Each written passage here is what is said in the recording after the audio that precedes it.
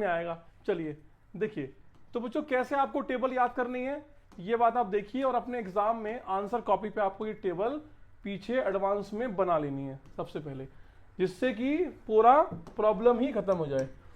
बच्चों सबसे पहले आपको साइन स्टार्ट करना है। साइन तो आपको क्या करना है, यहां पे लिखना है 0, यहां पे लिखना है 1, यहां पे लिखना है 2, यहां पर 3 और यहां पर 4। आई थिंक इसको तो याद करने में कोई प्रॉब्लम नहीं है। 0 1 2 3 4 सबको याद हो गया। 0 1 2 3 4। अब आप सबको 4 से डिवाइड कर दो, इन सबको 4 से डिवाइड कर दीजिए। भैया जिसको याद करने में प्रॉब्लम होती है ये उसके लिए है। अब जो होशियार बच्चा हो भाई साइन 60 कितना होता है बोलेगा सर √3/2, उसके लिए नहीं है। तो 0 1 2 3 4 लिखा और सबको 4 से डिवाइड कर दिया। अब इसके बाद इन सब में स्क्वायर रूट लगा दीजिए, इन सब में स्क्वायर रूट लगा दीजिए। बच्चों यही होती है साइन की वैल्यू। देखो 0/4 कितना होता है 0, स्क्वायर रूट के अंदर लिखा है 1/4, तो बाहर कितना आएगा 1/2, 2/4 दैट इज 1/2, तो ये बन गया 1/√2, और √3/4 तो √3 तो एज इट इज रहेगा और 4 क्या बन जाएगा 2 बन जाएगा स्क्वायर रूट से बाहर आने के बाद। यहां पे कितना लिखा है 4/4 दैट इज 1। तो बच्चों साइन की जो एंट्रीज हैं वो रेडी हो गई।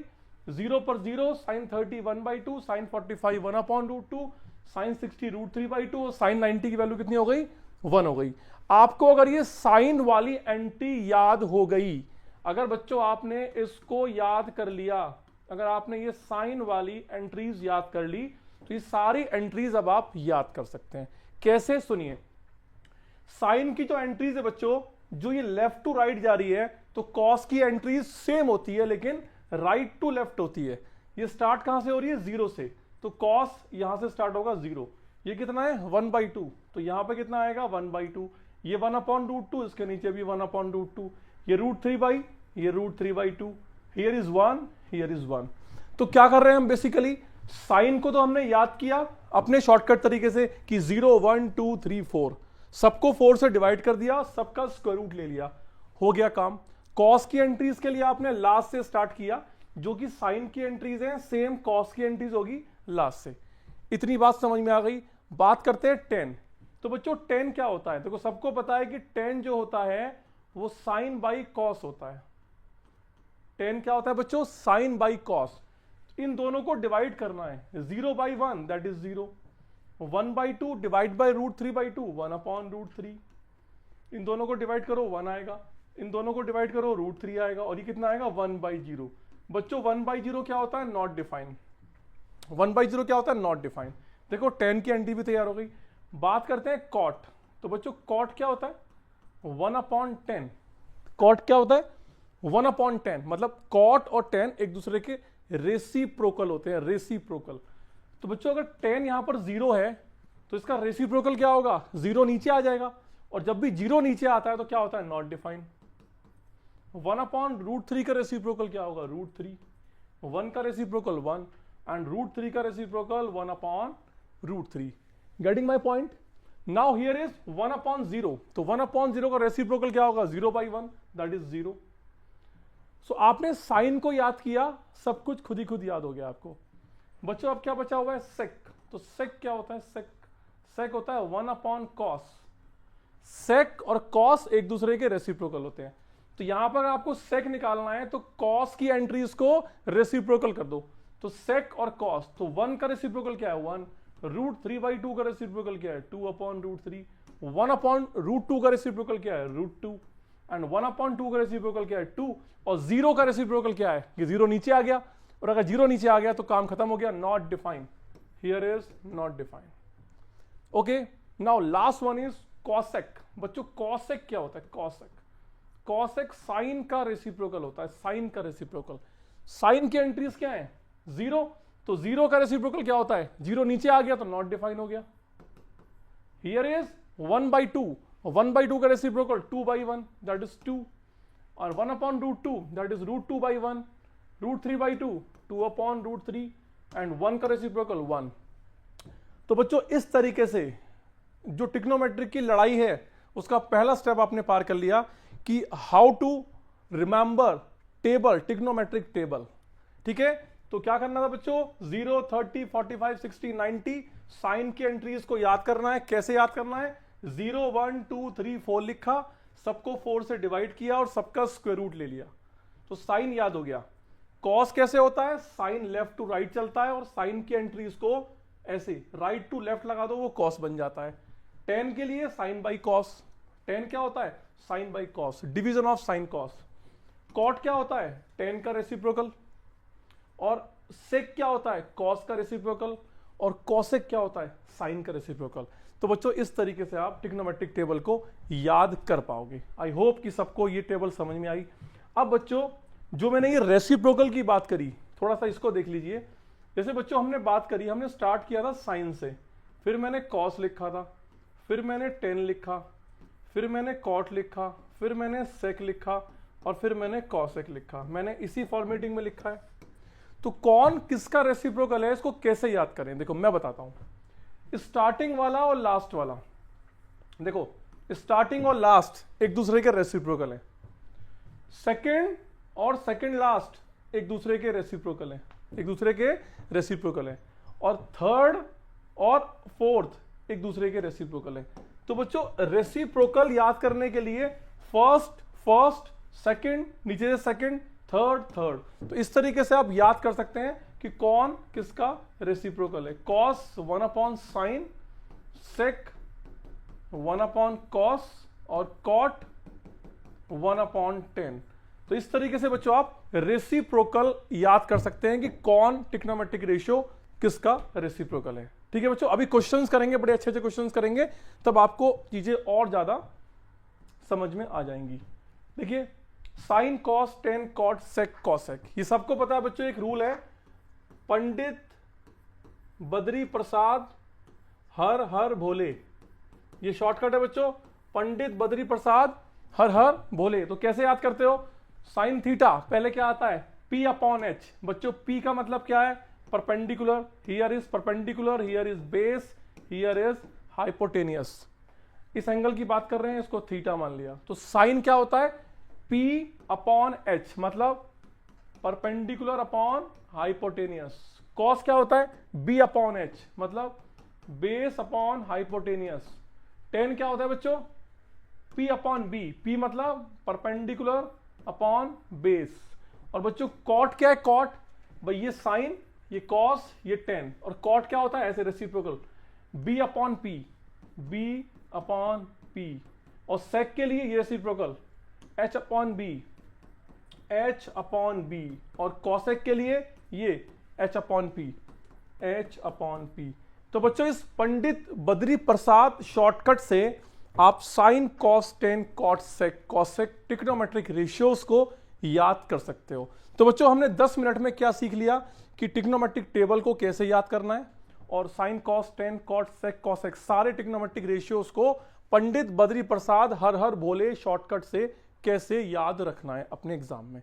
बच्चों क्लियर है? आओ आगे चलते हैं। देखिए इसके बाद बच्चों ये कुछ रिजल्ट हैं जिनको हम बोलते हैं ट्रिग्नोमेट्रिक रिजल्ट। अगर आपको ये डायरेक्टली याद हैं तो आप ट्रिग्नोमेट्रिक के क्वेश्चंस बिना किसी प्रॉब्लम के कर सकते हैं। तो बच्चों पहली आइडेंटिटी क्या है? Sine square theta plus cos square theta equal to 1। ये मैक्सिमम बच्चों को याद होता है, लेकिन इसको यूज करने में प्रॉब्लम होती है। क्यों होती है यूज करने में प्रॉब्लम? जैसे कहीं पर आपको साइन स्क्वायर थीटा की वैल्यू लिखनी है कॉस की टर्म में, तो कैसे लिखोगे? ये रहा साइन स्क्वायर, कैसे लिखोगे कि कॉस स्क्वायर को शिफ्ट करोगे राइट हैंड साइड में। तो जब कॉस स्क्वायर राइट साइड में जाएगा तो क्या बन जाएगा? 1 माइनस कॉस स्क्वायर। देखो sine square theta equal to 1 minus cos square theta. इसी तरीके से अगर आपको कॉस स्क्वायर थीटा निकालना है तो वो कितना हो जाएगा? साइन स्क्वायर हो जाएगा राइट में, कितना हो जाएगा? 1 माइनस साइन स्क्वायर थीटा। बच्चों सेकंड आइडेंटिटी क्या है? ये है सेकंड आइडेंटिटी, क्या? 1 प्लस टेन स्क्वायर थीटा किसके इक्वल होता है? सेक स्क्वायर थीटा के। इसको याद करने का एक तरीका और है कि sec square theta minus tan square theta equal to 1। इस तरीके से भी आप इसको याद कर सकते हैं। दोनों बातें एक ही हैं। अगर आप टेन स्क्वायर को राइट में ले जाओगे तो 1 प्लस टेन स्क्वायर थीटा ही बनेगा। सिमिलरली 1 प्लस कॉट स्क्वायर क्या होता है? Cosec square theta. तो इसको याद करने का एक तरीका और है, क्या? कि cosec square theta minus cot square theta equal to 1। तो बच्चों ये 3 ट्रिग्नोमेट्रिक आइडेंटिटी आपकी आंखों के सामने लिखी हैं, लेकिन इनके अलावा 2 आइडेंटिटी और होती हैं। 3 आइडेंटिटी के अलावा 2 आइडेंटिटी और हैं जिनको मैं आपको बताता हूं, और वो आइडेंटिटी ही मैक्सिमम क्वेश्चंस में जब क्वेश्चन हार्ड बनाना होता है यूज की जाती हैं। तो बच्चों कौन सी है वो आइडेंटिटी जी? First one is sine raise to the power 4 plus cos raise to the power 4 equal to 1 minus 2 sine square theta into cos square theta. बच्चों ये आइडेंटिटी आपको याद रखनी है। दूसरी आइडेंटिटी क्या है? Sine raise to the power 6 theta plus cos raise to the power 6 theta equal to 1 minus 3 sine square theta into cos square theta. तो बच्चों ये 2 आइडेंटिटी आप जरूर याद कर लेना, वरना एग्जाम में टाइम वेस्ट करना पड़ेगा। Sine power 4 plus cos power 4 और sine power 6 plus cos power 6। अगर sine power 4 plus cos power 4 आता है तो 1 minus 2 sine square cos square theta, और अगर पावर में 6 आता है तो 1 minus 3 sine square cos square. इन दोनों में क्या अंतर है? यहां पर 2 है और यहां पर 3 है, और इसमें कोई भी डिफरेंस नहीं है। Getting my point? तो बच्चों ये 2 आइडेंटिटी स्पेशल है जो आपको ध्यान रखनी है। इसके अलावा जो 3 है वो आपने ऑलरेडी तीनों याद कर ही ली हैं। Sine square theta plus cos square theta equal to 1, sec square theta minus tan square theta equal to 1 and cosec square theta minus cot square theta equal to 1। तो बच्चों ये 3 आइडेंटिटी और ये 2 आइडेंटिटी, तो ये 5 आइडेंटिटी हैं जो आपको क्वेश्चन सॉल्विंग में हेल्प करने वाली हैं। आइए देखते हैं क्वेश्चन। देखिए बच्चों स्टार्ट करते हैं आज का पहला क्वेश्चन। देखिए तो बच्चों इस क्वेश्चन में आपको क्या क्या गिवन है? देखो sine A plus sine square A equal to 1 दिया है। देखिए ये बच्चों आपको गिवन वाली इंफॉर्मेशन है। क्या आपको फाइंड आउट करना है? बच्चों आपको फाइंड आउट करना है कॉस स्क्वायर ए प्लस कॉस पावर 4a, ये आपको फाइंड आउट करना है। तो एक बात तो क्लियर है कि जो भी आपकी आंखों के सामने ये गिवन वाला पार्ट है वो साइन में है, और जो फाइंड वाला पार्ट है वो कॉस में है।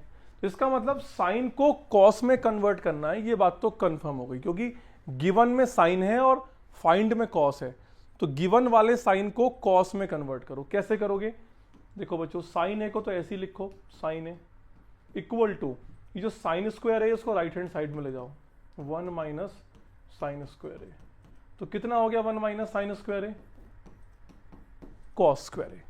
तो बच्चों साइन ए की वैल्यू कितनी मिल गई आपको? कॉस स्क्वायर ए मिल गई। Sine A will be cos square A. यहां तक कोई डाउट किसी को? क्लियर है? अब देखिए अब एकदम चीजें क्लियर है। यहां पर लिखा है कॉस स्क्वायर, तो कॉस स्क्वायर की वैल्यू कितनी है बच्चों? साइन ए। कितनी हो गई? साइन ए।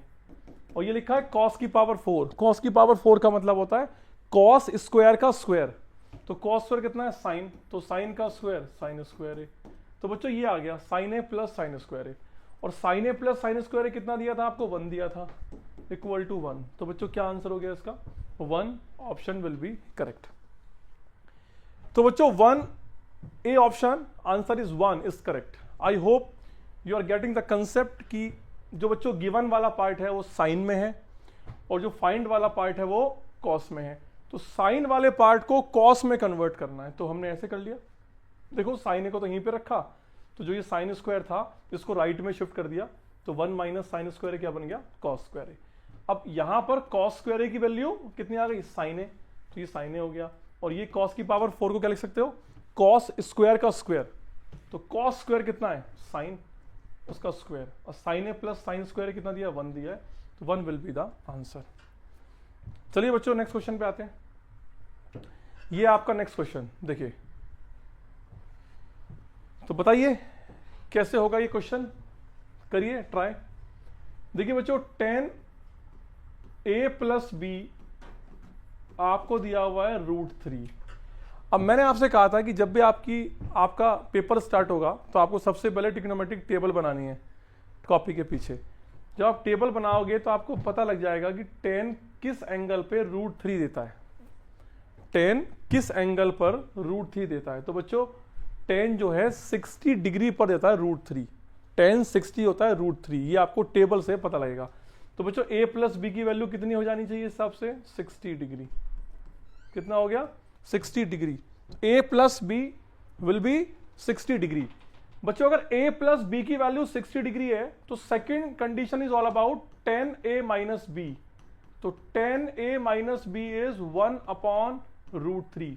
तो फ्रॉम ट्रिग्नोमेट्रिक टेबल मैंने आपको क्लियरली बताया कि ट्रिग्नोमेट्रिक टेबल से आप इजीली फाइंड आउट कर सकते हो कि किस एंगल पर tan 1/√3 होगा, 30 डिग्री पर। तो a माइनस बी की वैल्यू कितनी होगी बच्चों, 30 डिग्री, क्योंकि tan 30 इज 1/√3 और tan 60 इज √3। अब आपके पास ये इक्वेशन नंबर 1 और ये इक्वेशन नंबर 2, इन दोनों इक्वेशन को बच्चों आपको सॉल्व करना है और a और b की वैल्यू बतानी है। क्या सॉल्व करोगे, देखो 1 को ऐड कर दो 2 से।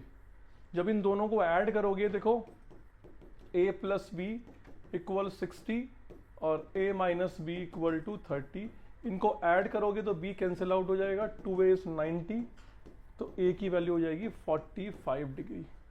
तो बच्चों अगर a की वैल्यू 45 डिग्री है तो b की वैल्यू क्या होगी, यहां से निकाल लीजिए b की वैल्यू। a प्लस बी कितना है बच्चों, 60, तो b कितना होगा 60 माइनस a, और a आपने निकाला 45, तो कितना आंसर आ गया 15 डिग्री।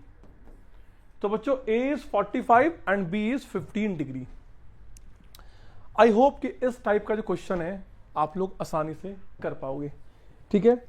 तो बच्चों ट्रिग्नोमेट्री देखो इतना हार्ड नहीं है। ट्रिग्नोमेट्रिक में एक तो जो क्वेश्चन आता है वो टेबल के ऊपर आता है कि आपको एक ट्रिग्नोमेट्रिक टेबल दी होगी, वहां से आपको चीजें मतलब इंप्लीमेंट करनी है। और एक क्वेश्चन आता है आपका प्रूफ वाला क्वेश्चन, जो आपके एनसीईआरटी में आई थिंक 3.3 एक्सरसाइज में दिए हुए हैं। बहुत सारे क्वेश्चन आपके प्रूफ वाले दिए हुए हैं। अभी हम करेंगे 2-3 क्वेश्चन करेंगे प्रूफ के। उसके लिए आपको क्या याद रखना है, सिर्फ जो फॉर्मूले हैं, जैसे कि tan क्या होता है, साइन अपॉन कॉस, कॉट क्या होता है 1/10, सेक क्या होता है 1/cos, कॉसेक क्या होता है 1/sin, जो मैंने आपको भी बताया है पीछे, रेसिप्रोकल चेक करना सिखाया था आपको, रेसिप्रोकल। तो वो रेसिप्रोकल वाला पार्ट जो है ये इससे पहले रेसिप्रोकल, ये वाला जो रेसिप्रोकल पार्ट होता है कि साइन और कॉसेक क्या है आपस में रेसिप्रोकल, कि कॉसेक क्या होता है 1/sin और सेक क्या होता है 1/cos और कॉट क्या होता है 1/10। तो ये इस टाइप से ये आपको याद करना है। और tan क्या होता है बच्चों, tan होता है, जैसे कि मान लिया tan होता है sin a upon cos a, tan क्या होता है sin a upon cos a। तो ये जो है यही आपको जो प्रूफ वाले क्वेश्चंस हैं, जो 5 मार्क्स का क्वेश्चन आता है प्रूफ वाला, या 3 मार्क्स में जो क्वेश्चन आएगा प्रूफ वाले क्वेश्चन, ठीक है ना, प्रूफ वाले जो क्वेश्चन होंगे, प्रूफ वाले क्वेश्चंस वो बच्चों इन्हीं फॉर्मूलों से निकलने वाले हैं, प्रूफ वाले क्वेश्चन, ठीक है ना। चलिए पहुंचते हैं वहां तक। चलिए ये क्वेश्चन है बच्चों, देखिए इस क्वेश्चन के बारे में सोचते हैं। आइए यहां बच्चों आपको डायरेक्टली ट्रिग्नोमेट्रिक टेबल से आपको डायरेक्टली एंट्रीज को उठाना है और यहां पर फिल करना है और कुछ नहीं करना। चलिए 5 इंटू बच्चों व्हाट अबाउट cos 60, cos 60 कितना होता है आपको, सर हमें क्या पता कितना होता है। इसीलिए मैंने बोला कि जब एग्जाम स्टार्ट होगा सबसे पहले आप अपनी आंसर शीट पर पीछे एक ट्रिग्नोमेट्रिक टेबल बना लेंगे और वहां से आप फटाफट देख सकते हैं कि cos 60 कितना होता है। बच्चों cos 60 की वैल्यू 1/2 होती है, कितनी होती है 1/2 होती है cos 60 की वैल्यू, और यहाँ पे स्क्वायर भी लगा हुआ है, प्लस 4 इंटू sec 30। बच्चों sec 30 कितना होता है, मुझे तो याद है, आपके लिए ट्रिग्नोमेट्रिक टेबल, ठीक है ना। sec 30 sec cos का रेसिप्रोकल होता है, तो cos 30 कितना होता है √3/2, तो sec 30 कितना होगा 2/√3, 2/√3 माइनस tan 45 कितना होता है 1, तो 1 का स्क्वायर डिवाइड बाय sin 30 कितना होता है 1/2 और cos 30 कितना होता है √3/2। तो बच्चों ये सारी एंट्रीज मैंने फिल कर दी हैं ट्रिग्नोमेट्रिक टेबल से, ठीक है। बार बार मेंशन कर रहा हूं कि ट्रिग्नोमेट्रिक टेबल याद करनी है। तो कितना होगा जी 1/2 का स्क्वायर 1/4, तो ये 5/4 हो गया, प्लस 2/√3 का स्क्वायर कितना होगा 4/3, 4 4 16, तो 16/3, और ये कितना होगा -1 डिवाइड बाय 1/2 का स्क्वायर 1/4, √3/2 का स्क्वायर 3/4। ठीक है बच्चों, आइए इसको सॉल्व करते हैं। आप अगर मैं ऊपर देखूं ये 1/1 है, तो ऊपर एलसीएम कितना आ रहा है 4 3 1 का एलसीएम कितना होता है 12 होता है, तो 4 3 3 5 15 3 4 और 60 इंटू 4 64 और -12 और ये डिवाइड बाय ये नीचे यहाँ पे कितना आ रहा है 4 और 1 + 3। तो बच्चों सिंप्लीफाई करके इस तरीके से हम पहुंच जाएंगे और इसके बाद देखिए अब कितना हुआ 15 - 12 कितना होता है 3 और 64 + 3 67 और ये 12 और ये ऊपर आ जाएगा 4 और 4/4 ही कैंसिल आउट हो गया। तो बच्चों 67/12 इसका आंसर होगा सिंप्लीफाई करने के बाद। देख लीजिए आराम से, तसल्लीपूर्वक देख लीजिए और चेक करिए कि आपको सारी एंट्रीज किस तरीके से फिल करते हैं। ये बात समझ में आ गई? ठीक है बच्चों, कोई टेंशन किसी को? यहाँ तक कोई टेंशन नहीं है। चलिए आगे बढ़ते हैं और कुछ और अच्छे अच्छे क्वेश्चंस करते हैं।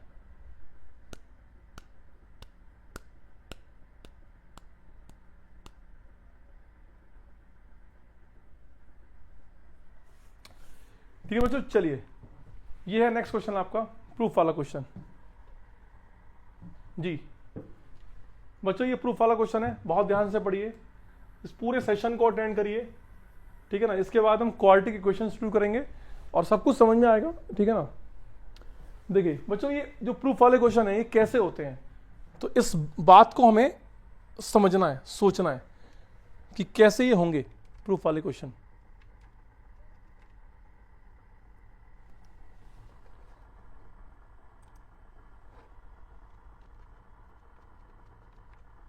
चलिए करें स्टार्ट। तो यहां बच्चों ये है लेफ्ट हैंड साइड, तो लेफ्ट हैंड साइड में क्या लिखा हुआ है cosec theta minus cot theta और उसके ऊपर बच्चों स्क्वायर लगा हुआ है। क्या लगा हुआ है? स्क्वायर। तो जो भी आपको प्रूफ करना है बच्चों उसमें कॉस आ रहा है, जो प्रूफ करना है वो कॉस आ रहा है और यहां पर क्या है कॉसेक और कॉट। तो समझने की कोशिश करें, आपके पास कॉसेक और कॉट दिया हुआ है और कॉस तक पहुंचना है। तो बच्चों कॉसेक थीटा का फॉर्मूला कैसे ओपन करोगे साइन में? कॉसेक थीटा कितना होता है 1/sin थीटा और कॉट थीटा कितना होता है बच्चों? कॉट होता है tan का रेसिप्रोकल 1/10 और tan क्या होता है sin बाई कॉस। तो डायरेक्टली कॉट क्या बन गया? cos बाय sin बन गया। तो ये जो चेंजेस मैंने किए हैं वो आपको यहां पर करने हैं। तो कितना हो गया 1/sin theta minus cos theta upon sine theta और इसका स्क्वायर। तो बच्चों इसका एलसीएम कितना आएगा? उसका एलसीएम आएगा साइन थीटा, यहां बचेगा 1 - कॉस थीटा और इसका होल स्क्वायर। तो ये जो होल स्क्वायर है बच्चों, ये जो स्क्वायर है ये दोनों पर आप डिस्ट्रीब्यूट कर दीजिए 1 - कॉस थीटा का स्क्वायर और नीचे भी क्या आ गया साइन स्क्वायर थीटा। अब बच्चों ध्यान दीजिए कि जो भी आपको प्रूफ करना है, जो भी आपको प्रूफ करना है, ठीक है ना, जो भी बच्चों आपको प्रूफ करना है वो सब कुछ कॉस में है। अगर सब कुछ कॉस में है तो यहां पर भी कॉस में होना चाहिए। तो 1 - कॉस थीटा की तो मुझे कोई दिक्कत नहीं है, लेकिन जो नीचे लिखा है साइन स्क्वायर थीटा, तो बच्चों साइन स्क्वायर थीटा को आप कैसे चेंज करोगे? 1 - कॉस स्क्वायर थीटा से। याद कराया था ना identity, sign square plus cos square 1 होता है। तो यहां से बच्चों ये हो गया 1 - कॉस थीटा स्क्वायर और 1 - कॉस स्क्वायर थीटा को आप ऐसे भी तो पढ़ सकते हो a square minus B square का फॉर्मूला क्या होता है? a - b a + b। तो 1 का स्क्वायर 1 कॉस स्क्वायर, तो क्या हो जाएगा 1 - cos square cos theta 1 + cos theta. तो बच्चों इससे 1 - कॉस थीटा से एक 1 - कॉस थीटा कट गया और ऊपर एक 1 - कॉस थीटा बचेगा और नीचे 1 + कॉस थीटा बचेगा। तो बच्चों equal to right hand side. तो इस तरीके से बच्चों आप चीजों को प्रूफ कर सकते हो। ठीक है, इस तरीके से बच्चों हम ये रिजल्ट प्रूफ कर सकते हैं। आई होप किसी को डाउट नहीं होगा। बच्चों मैं आपकी मीटिंग दोबारा से ज्वाइन करता रहूंगा, ठीक है ना। जैसे ही आपकी मीटिंग एंड होगी मैं दोबारा से आपको मीटिंग में ऐड कर लूंगा, आप दोबारा से ज्वाइन करते रहना, ठीक है ना। तो आई होप कि इस क्वेश्चन में किसी को कोई प्रॉब्लम नहीं हुई होगी। ठीक है बच्चों, इजीली हमने चीजें कन्वर्ट कर ली, ठीक है ना। चलिए नेक्स्ट क्वेश्चन करते हैं। आइए, ये है बच्चों नेक्स्ट क्वेश्चन। देखिए नेक्स्ट क्वेश्चन क्या है बच्चों। नेक्स्ट क्वेश्चन में आपको क्या गिवन है? सेक थीटा, देखो जो गिवन है उसको यहां पे लिख लेते हैं। Sec theta plus tan theta plus 1 = 0, ये आपको गिवन है। तो आप इसको और कैसे लिख सकते हो बच्चों? Sec theta plus tan theta, और ये जो +1 है इसको राइट में ले जाओ, कितना हो गया -1। यहां तक कोई डाउट किसी को? यहां तक कोई डाउट? देखिए बच्चों, आपको जो फाइंड आउट करना है वो करना है sec theta minus tan theta. ये आपको फाइंड आउट करना है, सेक माइनस टेन थीटा, और आपको मिल क्या गया? Sec theta plus tan theta मिल गया। और फाइंड क्या करना है? Sec theta minus tan theta. तो बच्चों sec theta plus tan theta और sec theta minus tan theta में क्या रिलेशन होता है, ये समझने की जरूरत है। समझिए, हमें सबको पता है कि ट्रिग्नोमेट्रिक आइडेंटिटी होती है sec square theta minus tan square theta equal to 1 होता है। We know that about this trigonometric identity sec square theta minus tan square theta 1। तो यहां पर हो जाएगा a square minus B square, तो sec theta minus tan theta और sec theta plus tan theta equal to कितना हो गया? 1 हो गया। अब देखो sec theta plus tan theta आपके पास अवेलेबल है, तो sec theta minus tan theta, और ये आपके पास अवेलेबल है कितना? -1। तो यहाँ पे आ गया -1 इक्वल टू 1। दोनों तरफ माइनस से मल्टीप्लाई करा दो, तो आपको तो sec theta minus tan theta चाहिए, तो माइनस माइनस प्लस, और यहाँ माइनस आ गया। तो बच्चों कितना आंसर मिला आपको? -1 विल बी द आंसर। तो बच्चों -1 आपका आंसर होगा। ठीक है, तो आपको ये समझना है कि किस क्वेश्चन में कौन सी ट्रिग्नोमेट्रिक आइडेंटिटी यूज होगी और किस तरीके से यूज होगी। इस बात को आपको बहुत बेसिक तरीके से अंडरस्टैंड करना है। ठीक है, चीजें बड़ी आसानी से हो जाएंगी। चलो बच्चों चलते हैं नेक्स्ट क्वेश्चन पे। आई होप कि ये सबको क्लियर हो गया क्वेश्चन। ये आपको गिवन था भाई, ये गिवन था, यहां से आपको sec theta plus tan theta मिल गया, और वो आपको चाहिए तो इस रिलेशन का हमने यूज कर लिया, sec square minus tan square. चलिए बच्चों, ये है आपका नेक्स्ट क्वेश्चन। देखिए ये आपका नेक्स्ट क्वेश्चन है कि 10 3x minus 15 degree equal to √3। तो आपको x की वैल्यू निकालनी है। तो मैंने क्या बोला था आपसे कि आपको ट्रिग्नोमेट्रिक टेबल याद करनी है या फिर बनानी है पीछे कॉपी के, और उसके बाद आपको देखना है कि 10 किस एंगल पर √3 देता है। 10 किस एंगल पर √3 देगा? 60 डिग्री पर √3 देगा। तो बच्चों 3x minus 15 degree should be 60 degree, क्योंकि 10 60 ही √3 होता है। तो 3x की वैल्यू आ गई 60 प्लस 15 75। तो x की वैल्यू आ गई 25 डिग्री। तो बच्चों 25 degree will be the answer. तो C option will be correct. तो ऐसे ऐसे क्वेश्चंस आपको मिलेंगे एग्जाम में, 1 नंबर में, 2 नंबर में, डेफिनेटली आपको ऐसे क्वेश्चंस मिलने वाले हैं। 5 नंबर में आपको क्या मिलेगा वो इस क्वेश्चन के बाद से हम स्टार्ट कर रहे हैं। ठीक है बच्चों, तो ये ट्रिग्नोमेट्रिक टेबल से आप डायरेक्टली डील कर सकते हैं, सिंपली इस तरीके से डील हो जाएगा। चलिए आगे, ये क्वेश्चन देखिए। अगर ये क्वेश्चन आया बच्चों तो ये 5 मार्क्स में आएगा। अगर ये क्वेश्चन आता है तो ये 5 मार्क्स में आएगा। ठीक है ना, 5 मार्क्स में आएगा ये क्वेश्चन। कभी कभी 3 मार्क्स में दे देते हैं, लेकिन 5 मार्क्स में क्वेश्चन आ सकता है। अब बच्चों आपका जो लेफ्ट हैंड साइड है, लेफ्ट हैंड साइड, इस क्वेश्चन को बच्चों हम 2 तरीके से कर सकते हैं। स्टार्टिंग में ही tan cot को sin cot साइन और cos में कन्वर्ट कर लो, या फिर cot को tan में कन्वर्ट करके कर लो। तो बच्चों ये आपको लेफ्ट हैंड साइड दिया हुआ है। अब देखो, अब समझने की कोशिश करो। सबसे पहले मुझे ये बताओ कि tan और cot में आपस में क्या रिलेशन होता है। भाई cot theta equal to 1/tan theta होता है। cot theta equal to 1/tan theta. तो आप यहां पर साइन बाई कॉस करके भी कर सकते हो, यहां पर आप दोनों पूरे में tan में कन्वर्ट कर लो, वैसे भी क्वेश्चन हो जाएगा। आओ चलो मैं tan cot से करता हूं। तो बच्चों यहां पर मैंने लिखा tan theta divide by 1 minus, ये cot की वैल्यू कितनी हो गई 1/tan थीटा, प्लस cot की वैल्यू कितनी हो गई 1/tan theta, 1 minus tan theta. कुछ बच्चों की शिकायत होती है कि सर हमारी मैडम ने तो ऐसे करवाया, हमारे सर ने तो ऐसे करवाया। अरे भाई कैसे भी कर लो, प्रूफ करना है। आप इसको साइन बाई कॉस करके भी कर सकते हो और कॉट को कॉस बाई साइन करके भी कर सकते हो और ऐसे भी कर सकते हो कि कॉट को टेन में कन्वर्ट कर लो। तो बच्चों ये कितना हो गया, तो यहाँ से जब एलसीएम आएगा टेन थीटा ऊपर चला जाएगा 10, तो ऊपर जाके टेन स्क्वायर बन जाएगा, इधर 10 हो जाएगा तो 10 माइनस थीटा, 10 थीटा माइनस 1 बच्चों, प्लस ये 10 नीचे आ जाएगा, 10 नीचे आ गया तो 1 माइनस 10 थीटा, 1 माइनस 10 थीटा। बच्चों इतनी बात क्लियर है। अब आप ध्यान से देखिए यार कि यहाँ पर 1 माइनस 10 थीटा है और यहाँ पर 10 थीटा माइनस 1 है, दोनों में थोड़ा सा फर्क है। तो आप क्या कर सकते हैं, देखिए यहाँ पर है 10 स्क्वायर थीटा, ठीक है ना, ये कितना है 10 थीटा माइनस 1। आप यहाँ से चाहो तो माइनस कॉमन निकाल लो, जब माइनस कॉमन निकालोगे तो नीचे वाला क्या हो जाएगा 1 माइनस 10 थीटा हो जाएगा, प्लस क्यों किया मैंने ऐसा 1 माइनस 10 थीटा से मैच कराने के लिए, ये 10 थीटा 1 माइनस 10 थीटा।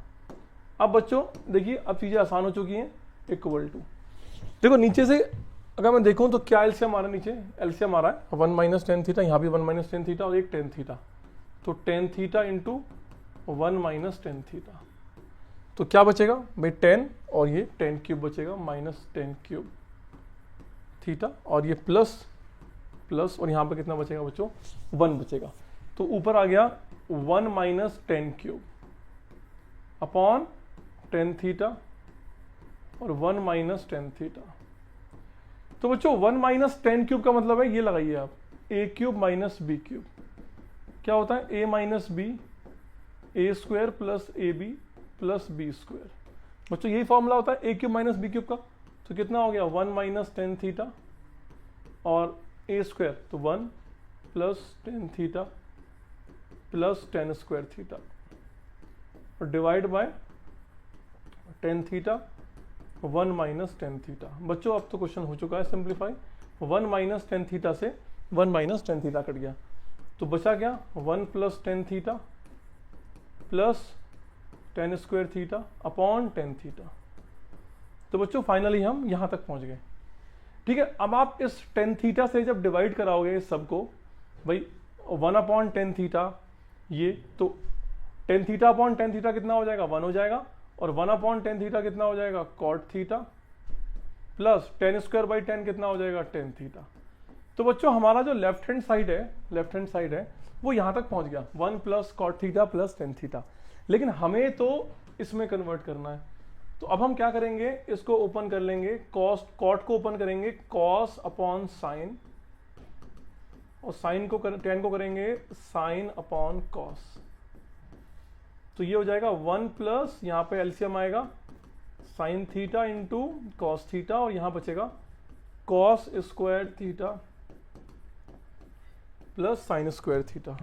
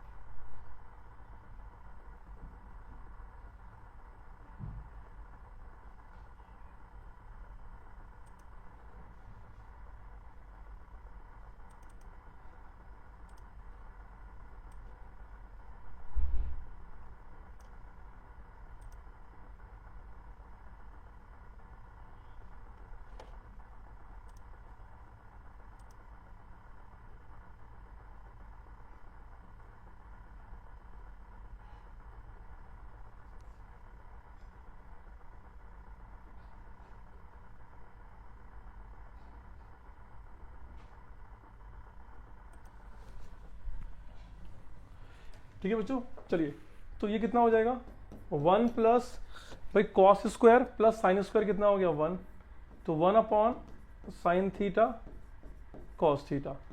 तो बच्चों देखो 1 upon sine theta that is cosec theta into 1 upon cos theta sec theta.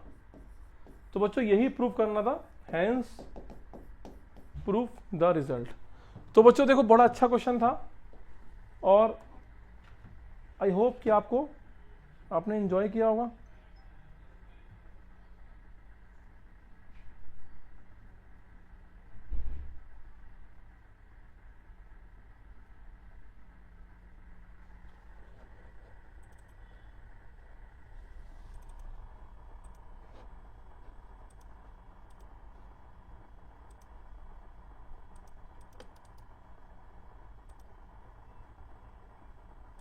चलिए ठीक है, तो बच्चों ये वाला क्वेश्चन हमने कर लिया है, तो अच्छा क्वेश्चन है।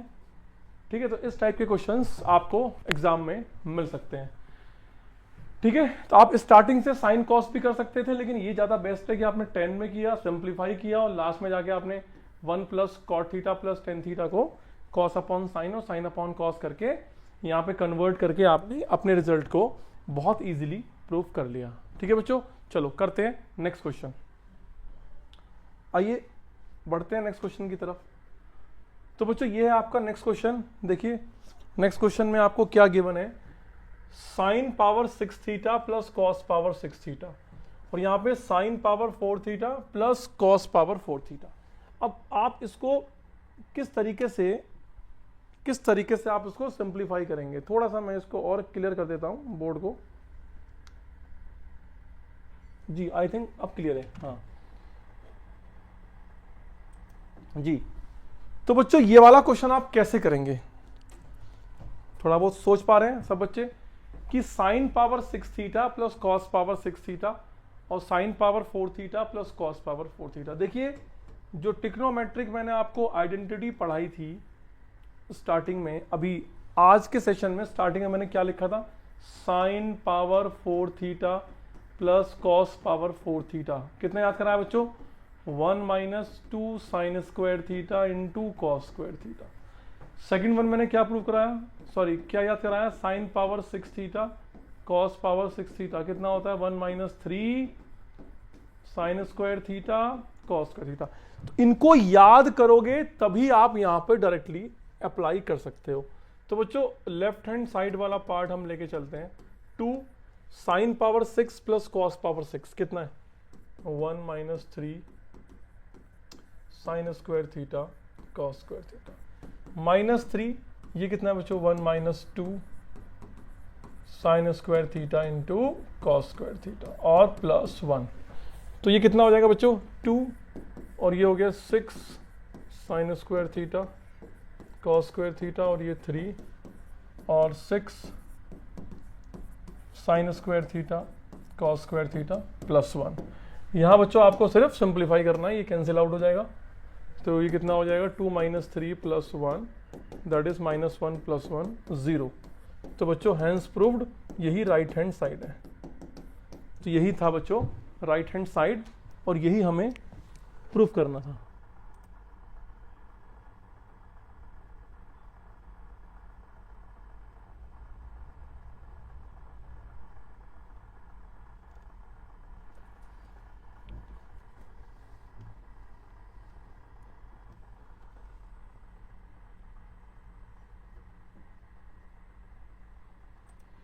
ठीक है बच्चों, इतनी बात क्लियर है।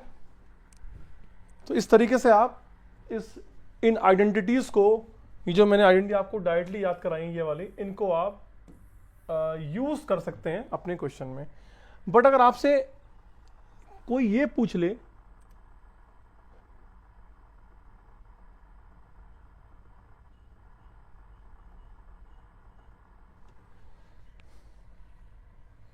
ठीक है बच्चों, चलो इसके बाद हम आगे चलते हैं।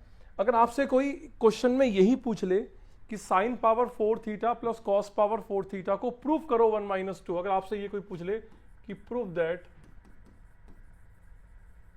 That sine raise to the power 4 theta plus cos power 4 theta equal to 1 minus 2 sine square theta into cos square theta.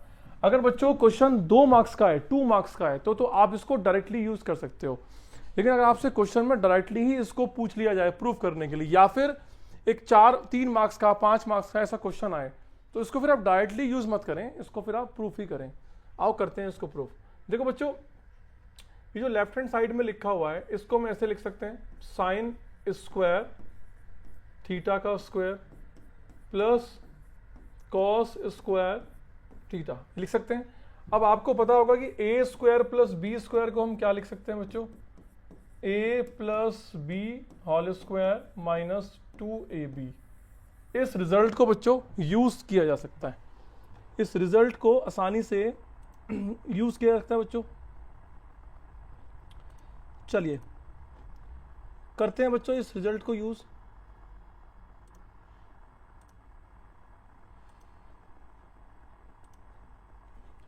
चलिए आइए, तो कैसे करेंगे बच्चों उसको use, sine square theta plus cos square theta का square minus 2 sine square theta cos square theta. तो बच्चों ये कितना हो जाएगा 1, तो 1 का स्क्वायर, और ये कितना हो गया 2 sine square theta cos square theta. तो कुल मिला के बच्चों 1 minus 2 sine square theta and cos square theta, यही हमें प्रूव करना था, equal to right hand side. बच्चों हैंस प्रूव द रिजल्ट। तो इस तरीके से बच्चों आप रिजल्ट को शो कर सकते हैं।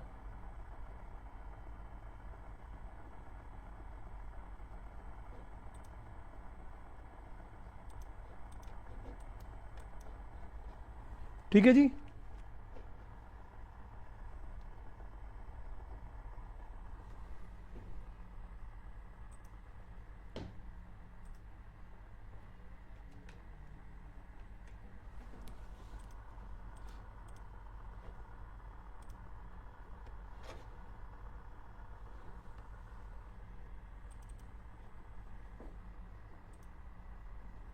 जी चलिए बढ़ते हैं बच्चों नेक्स्ट क्वेश्चन की तरफ। अगर आपसे ये पूछ लिया जाए कि sine raise to the power 6 theta plus cos raise to the power 6 theta को प्रूव करो 1 minus 3 sine square theta cos square theta से, तो बच्चों यहां पर आप क्या यूज करने वाले हैं, देखो साइन की पावर 6 को आप लिख सकते हैं साइन स्क्वायर थीटा का क्यूब, और प्लस इसको लिख सकते हैं कॉस स्क्वायर थीटा क्यूब। तो बेसिकली यहां पर A cube plus B cube formula चलेगा। अब आपको याद करना होगा कि A cube plus B cube formula क्या होता है बच्चों, ये होता है A plus B cube minus 3ab A plus B, ये फॉर्मूला होता है। तो यहां पर ए की वैल्यू साइन स्क्वायर है, तो ये हो गया sine square theta plus cos square theta का cube minus 3 sine square theta cos square theta, और यहाँ पे हो जाएगा sine square theta plus cos square theta. तो बच्चों sine square plus cos square 1 हो गया, तो 1 का क्यूब, और ये 3 sine square theta cos square theta into 1, तो ये हो जाएगा 1 minus 3 sine square theta into cos square theta. तो बच्चों यही हमें प्रूफ करना था, हैंस प्रूफ द रिजल्ट। तो इस तरीके से बच्चों आप रिजल्ट को प्रूफ कर सकते हैं। अगर रिक्वायर्ड हो ये चीज़ प्रूफ करने के लिए आए, तो आप इस पॉलिनोमियल के इन फॉर्मूलों से, इन अलजेब्रिक आइडेंटिटीज़ के थ्रू आप इन रिजल्ट को इजीली प्रूफ कर सकते हैं। ठीक है बच्चों, तो समझ में आ गया सब कुछ। चलिए बढ़ते हैं आगे। ये देखिए, ये है क्वेश्चन एक बड़ा क्वेश्चन है बच्चों, और इस क्वेश्चन में थोड़ा सा बच्चों को प्रॉब्लम फील होती है। तो लेफ्ट हैंड साइड पे आते हैं। देखिए टेन और कॉट में पूरा रिलेशन है, और यहाँ पर सेक और कॉसेक और साइन कॉस में पूरा रिलेशन है। तो मतलब साइन कॉस उसने पहले से ही दे दिया, तो इसका मतलब मैं इसको स्टार्टिंग से ही साइन कॉस लेके चल सकता हूँ। Sine cube upon cos cube, 1 plus tan square क्या होगा बच्चों, sine square theta upon cos square theta, plus cot कितना होगा, cos cube upon sine cube, upon 1 plus cot क्या होगा, cos square theta upon sine square theta. ठीक है जी। तो इसके बाद देखो ये हो जाएगा sign cube upon cos cube, और ये हो जाएगा, इधर जाएगा cos square theta plus sine square theta upon cos square theta, plus यहाँ पे कितना होगा बच्चों, cos cube theta upon sine cube theta, और डिवाइड बाई इधर जाएगा sine square theta plus sine square theta plus cos square theta upon sine square theta. तो बच्चों इसको सिंप्लीफाई कर लेते हैं, आइए। तो कैसे सिंप्लीफाई करोगे इसको, देखो देखो यहाँ पर cos square plus sine square कितना हो गया, 1 हो गया भाई, ये तो 1 हो गया, और ये साइन क्यूब और नीचे कितना आएगा कॉस क्यूब, और ये कॉस स्क्वायर ऊपर जाएगा तो एक बार काट देगा, सिर्फ कॉस थीटा बचेगा। सिमिलरली यहाँ पर कॉस क्यूब डिवाइड बाय ये 1 हो गया, साइन क्यूब नीचे जाएगा, साइन स्क्वायर ऊपर जाएगा, नीचे वाला जो साइन क्यूब है वो एक बार बचेगा, सिर्फ साइन थीटा। तो बच्चों एलसीएम आया साइन थीटा कॉस थीटा, तो कितना होगा sine raise to the power 4 theta cos power 4 theta. देखो जो ट्रिग्नोमेट्रिक आइडेंटिटी मैंने ऐसे याद कराई थी उसकी जरूरत देखो फिर पड़ गई।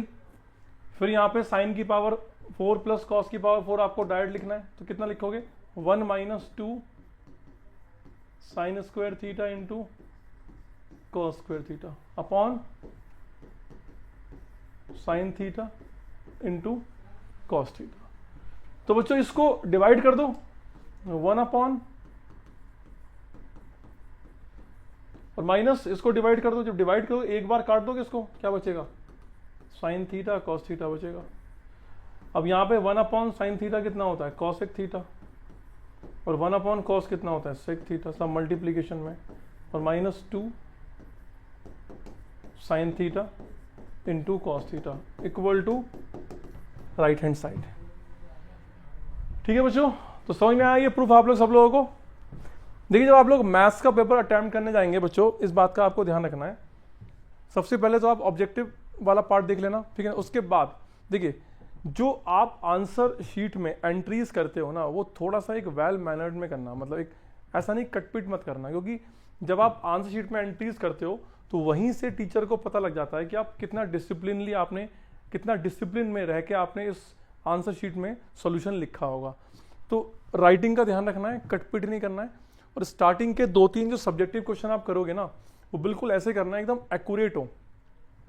जरूरी नहीं है कि पहला ही क्वेश्चन आपको उठाना है कि जो भी सिक्वेंस से आ रहे हैं वो उठाने हैं, जो आपको अच्छा लगता है मतलब जो आपको आता है वो करो, जिससे क्या होगा कि टीचर के मन में एक इम्प्रेशन बन जाएगा कि हाँ बच्चे ने जो है ना अच्छा पेपर किया है, मतलब बच्चा अच्छा है, तो वो आगे के क्वेश्चंस को फिर बहुत बहुत लाइटली चेक करता है। अदरवाइज क्या होता है, अगर टीचर को जो इन्विजिलेटर है उसको पता लग जाए, जो मतलब इवेल्युएशन कर रहा है आपकी कॉपी को, उसको पता लग जाए कि बच्चे में गड़बड़ है, फिर वो हर एक क्वेश्चन को ना बहुत ही सॉल्यूशन को बहुत ही बारीकी से चेक करता है, तो वो आपके लिए प्रॉब्लम हो सकती है। ठीक है ना, चलिए बढ़ते हैं आगे।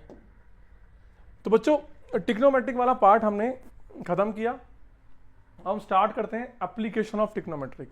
तो एप्लीकेशन ऑफ ट्रिग्नोमेट्रिक में बच्चों हम बेसिकली क्या पढ़ते हैं, एंगल ऑफ एलिवेशन पढ़ते हैं। ठीक है ना, जैसे मान लें ये एक बेस है इस टाइप से, और यहाँ पर हम बनाते हैं कुछ इस टाइप से, ठीक है बच्चों, और यहाँ पर हमने एक पॉइंट ले लिया ए, ठीक है ना। तो ये बच्चों क्या है, ये ऑब्जर्वर है, यहाँ पे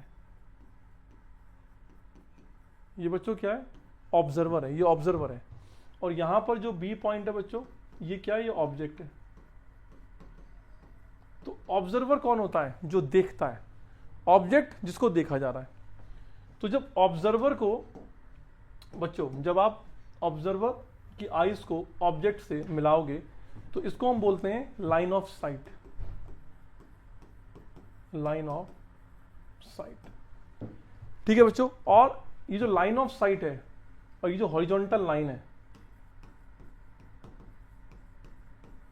हॉरिजॉन्टल लाइन जिसको हम बेस बोल रहे हैं, है ना, बेस, तो इसके साथ जो लाइन ऑफ साइट है, जब ये एंगल बनता है तो इसको बोलते हैं एंगल ऑफ एलिवेशन। क्या बोलते हैं बच्चों उसको, एंगल ऑफ एलिवेशन। तो जहां से हम देखना स्टार्ट कर रहे हैं और जिसको देख रहे हैं, तो वो लाइन और हॉरिजॉन्टल लाइन के बीच में जो एंगल बनता है that is called angle of elevation. ठीक है बच्चों, एंगल ऑफ एलिवेशन। क्वेश्चन में मैक्सिमम यूज होता है कि ये जो हाइट है इसको मान लिया हमने h मान लिया, बेस को हमने b मान लिया, इस एंगल को हमने थीटा मान लिया, तो मैक्सिमम हम क्या यूज करते हैं टेन थीटा। और टेन थीटा क्या होता है बच्चों, ये सामने वाली साइड है ना, परपेंडिकुलर अपॉन बेस बी। तो मैक्सिमम यूज होने वाला ये फॉर्मूला है, मैक्सिमम यूज होने वाला फॉर्मूला। समझ गए बच्चों? इस हाइट को आप पी भी मान सकते हो, परपेंडिकुलर अगर आप देना चाहते हो कि परपेंडिकुलर है तो ये लो पी, पी अपॉन पी। तो मैक्सिमम क्वेश्चंस में यही यूज होता है। अब सेकंड क्या है बच्चों? सेकंड होता है angle of depression. Angle of depression की कहानी क्या है? देखो भाई, एंगल ऑफ डिप्रेशन में क्या होगा बच्चों? यहां पर तो ऑब्जेक्ट होगा, इस बार ये ऑब्जेक्ट है, इस बार ये ऑब्जेक्ट है और यहां पर ऑब्जर्वर बैठा है। इस बार बच्चों ऑब्जर्वर कहां है? ऊपर है। इस बार ऑब्जर्वर ऊपर है और ऑब्जेक्ट नीचे है। तो इसका मतलब जो ऑब्जर्वर इस ऑब्जेक्ट को देखेगा, तो रूल तो ये कहता है कि जब ऑब्जर्वर और हॉरिजॉन्टल लाइन, भाई ऑब्जर्वर से जो हॉरिजॉन्टल लाइन होती है और जो लाइन ऑफ साइट होती है, लाइन ऑफ साइट, उनके बीच में एंगल बनाया है, तो ये वाला एंगल बनाया जाएगा। भाई ये क्या है? हॉरिजॉन्टल लाइन, हॉरिजॉन्टल लाइन, और ये क्या है? Line of site. तो इनके बीच में जो एंगल बन रहा है इसको बोलते हैं angle of depression, angle of depression. ठीक है बच्चों? और ऑल्टरनेट इंटीरियर एंगल से, भाई ये वाला एंगल मान लिया थीटा है, तो ऑब्वियस सी बात है ये थीटा है तो ये भी कितना होगा? थीटा ही होगा। क्योंकि भाई अगर हम ऐसे बात करें, भाई ये वाला एंगल अगर थीटा है और ये थीटा है, तो they are called alternate interior angles. एक बच्चा आया था क्रिश, उसने ना सुभाष सर को गाली देनी शुरू कर दी। तेज आवाज मतलब कैसे? मैंने उसको वो कर म्यूट तो मैंने कर रखा था बिल्कुल। नहीं वैसे नहीं, मैसेज देखो, मैसेज मैसेज को छोड़ दो, हाँ। मैसेज किसी के पास नहीं जाएगा, दो मैसेज तो खाली हमारे पास ही आएगा। क्रिश left। वो क्रिश के नाम से आया होगा लेकिन कोई और होगा, हाँ, कोई नहीं। ठीक है ना? चलो हमारा तो पर्पस ठीक है बच्चों। तो एंगल ऑफ एलिवेशन आपको ध्यान रखना है कि अगर नीचे ऑब्जर्वर है, हम ऊपर की तरफ देख रहे हैं, हम नीचे बैठे हैं और ऊपर देख रहे हैं, ऐसे ऊपर देख रहे हैं, तो एंगल ऑफ एलिवेशन बनेगा। अगर हम ऊपर बैठे हैं, किसी टावर में बैठे हैं, किसी बिल्डिंग में बैठे हैं और नीचे की तरफ देख रहे हैं, तो हॉरिजॉन्टल से एंगल ऑफ एलिवेशन बनेगा। बस इतना आपको ध्यान रखना है। आइए क्वेश्चन स्टार्ट करते हैं बच्चों। ये है हमारा question, from the top of 120 metre height tower. तो पहले हम एक बेस बनाते हैं बच्चों, ये हमारा एक बेस है, ठीक है बच्चों, ये बेस है। अब हम यहां से एक टावर बनाते हैं, ठीक है ना, 120 मीटर हाइट टावर। तो ये लो भाई, ये हमने एक टावर बना दिया और इसकी जो हाइट है बच्चों वो 120 मीटर है। इस टावर की जो हाइट है कितनी है बच्चों? 120 मीटर इसकी हाइट है। A man observes 2 cars on the opposite sides of the tower. अब आप समझिए बच्चों, एक पर्सन यहां पर बैठा हुआ है, इस टॉप पर बैठा हुआ है एक पर्सन, ठीक है ना भाई। मैं यहां पर लिख देता हूं पर्सन, एक पर्सन बच्चों इस टॉप पे बैठा हुआ है, इसको मैं ए पॉइंट मान लेता हूं। From the top of 120 metre height tower, from a top of, तो यहां पर्सन बैठा है मतलब एक मैन बैठा हुआ है। अ मैन ऑब्जर्व, यहां पर जो बंदा है ऊपर बैठ के नीचे की तरफ वो 2 कार को ऑब्जर्व करता है और वो दोनों कार टावर के डिफरेंट साइड पे होगी, एक इधर होगी और एक इधर होगी, ठीक है ना।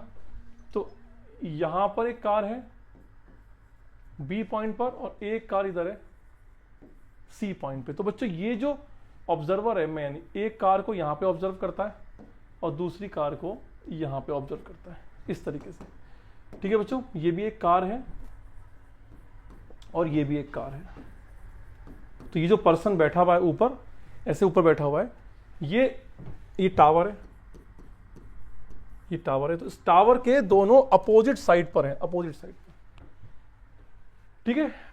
And in straight line with the base of tower with angles of depression is 60 degree. देखो बच्चों, अगर हम बात करें, अगर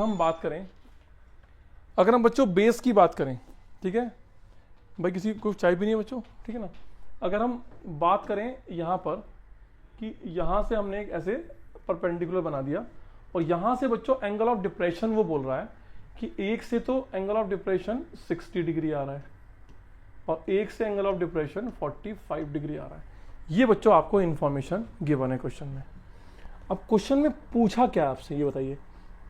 find the distance between 2 car तो बच्चों BC, ये जो BC डिस्टेंस है ये आपको बताना है।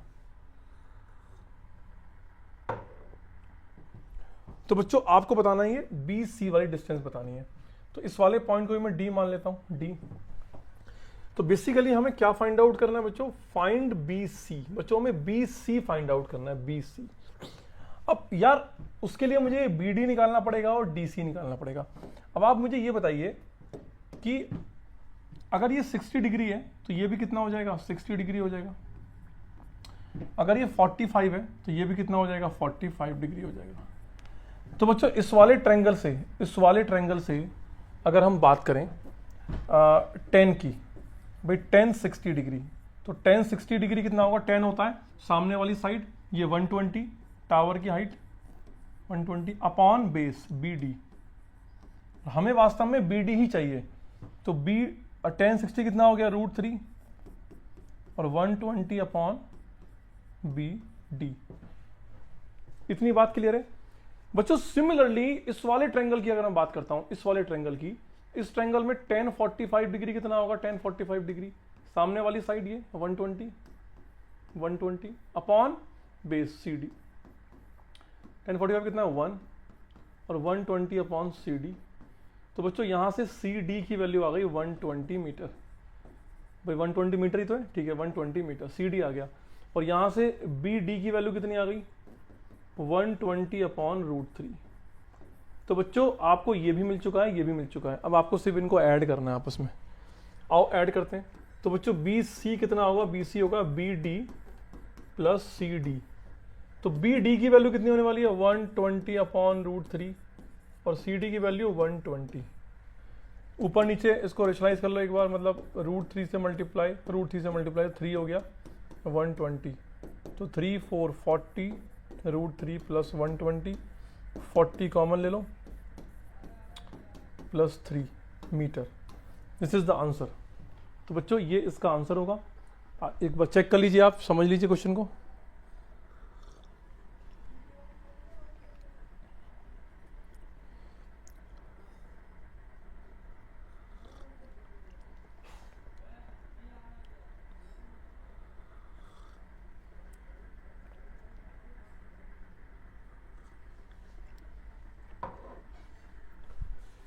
ठीक है बच्चों, समझ में आया था? क्वेश्चन में क्या था? क्वेश्चन में एक टावर दिया हुआ है, उस टावर के टॉप पर एक मैन बैठा हुआ है जो कि ग्राउंड पर आने वाली 2 कार को ऑब्जर्व कर रहा है। दोनों कार टावर के अपोजिट साइड में ऐसा गिवन है, एक को B मान लिया, एक को C मान लिया। और वो कहता है कि इस पर्सन से जो हॉरिजॉन्टली एक लाइन ड्रॉ हो रही है, वो एंगल ऑफ डिप्रेशन जो बना रही है इस लाइन ऑफ साइट के साथ, वो 60 और 45 डिग्री है। तो आप ये बताइए कि दोनों कार के बीच में डिस्टेंस कितनी होगी? तो ऑब्वियस सी बात है, इसको हमने ड्रॉ किया तो हमें BD चाहिए और CD चाहिए, दोनों ट्रायंगल की हेल्प से हमने निकाल लिया। चलिए चलते हैं बच्चों नेक्स्ट क्वेश्चन की तरफ। देखिए ये क्वेश्चन है, फटाफट कर रहे हैं हम लोग, ठीक है ना, जिससे कि जल्दी जल्दी रिवीजन हो जाए। तो ये पढ़िए आप क्वेश्चन बच्चों।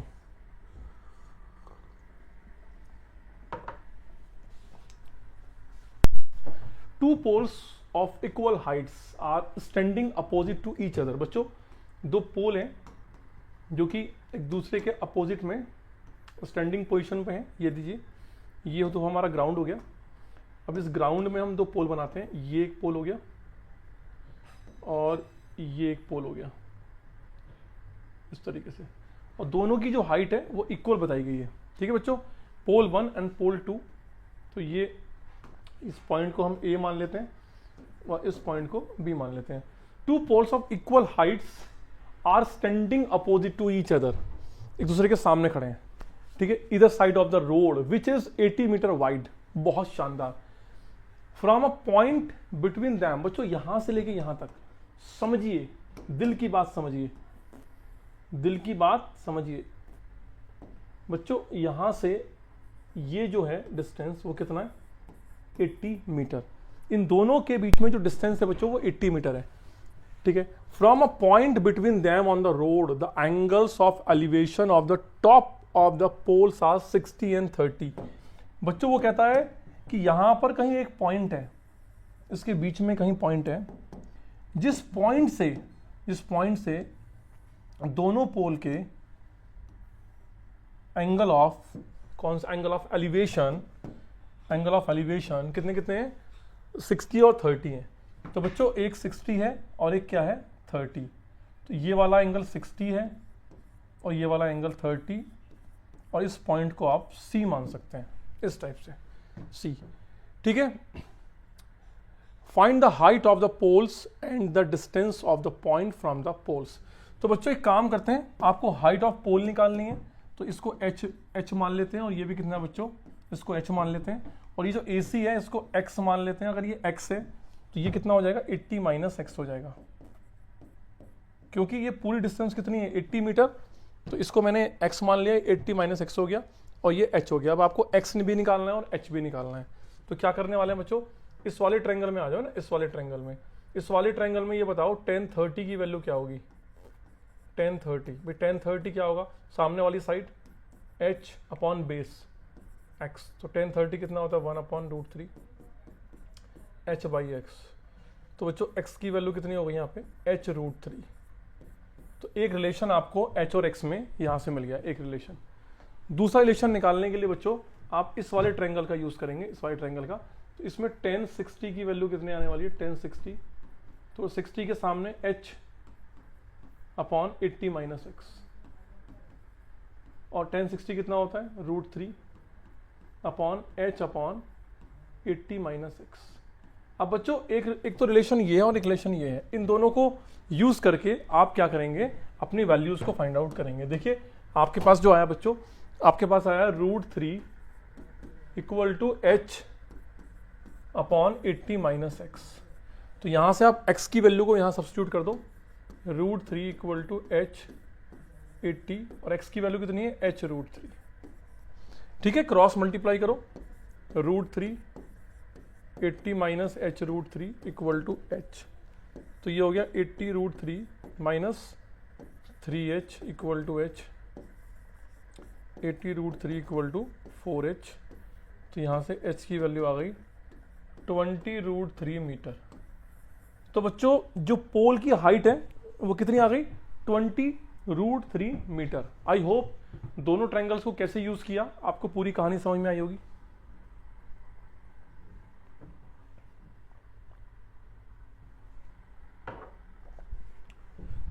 ठीक है, एक इस ट्रायंगल को यूज किया, एक इसको यूज किया, इसको h मान लिया, इसको x मान लिया, तो ये पूरा कितना 80, तो कितना हो गया 80 माइनस x, इसमें लगाया 10, इसमें लगाया 10, एक रिलेशन ये आया, एक रिलेशन ये आया, x की वैल्यू को सब्स्टिट्यूट करा और h मिल गया।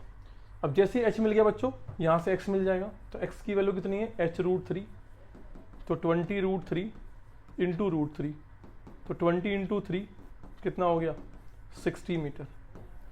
तो बच्चों x भी मिल गया। आपसे ये पूछा है कि उस पॉइंट से दोनों पोल कितने कितने डिस्टेंस पर हैं। तो बच्चों पोल इस पॉइंट से कितना 60 मीटर पर है, और दूसरा पोल 80 माइनस 60 20 मीटर पर है। तो बच्चों ये भी मिल गया आपको और हाइट भी मिल गई। हाइट आपको कितनी मिली थी 20√3। तो बच्चों ये जो मैंने पिंक कलर में लिखे हैं ये आंसर है। ठीक है, चलते हैं बच्चों नेक्स्ट क्वेश्चन की तरफ। आइए बच्चों ये क्वेश्चन है, देखिए ये क्वेश्चन अगर आएगा तो 5 मार्क्स में आएगा बच्चों। ऐसा क्वेश्चन बच्चों 5 मार्क्स में आता है, ऐसा क्वेश्चन 5 मार्क्स के लिए आता है। तो ठीक है ना, तो 5 मार्क्स के लिए आप तैयार रहें, 5 मार्क्स में आप तैयार रहें ऐसे क्वेश्चन के लिए। A state highway leads to the foot of tower. तो एक टावर बनाना पड़ेगा, पहले एक हम बनाएंगे हॉरिजॉन्टल, पहले हम एक बेस बनाएंगे इस तरीके से, ये बेस हो गया बच्चों। यहाँ पर हम बनाएंगे एक टावर, ये बच्चों एक टावर है। ठीक है भाई, इसका नामकरण संस्कार कर देते हैं।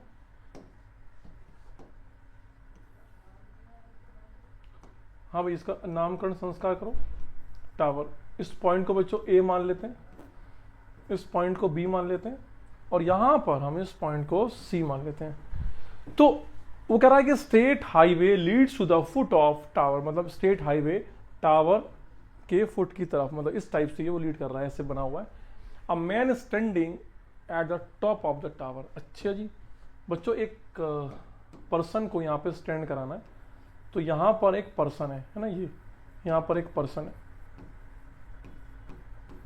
ठीक है, टावर के ऊपर एक पर्सन है।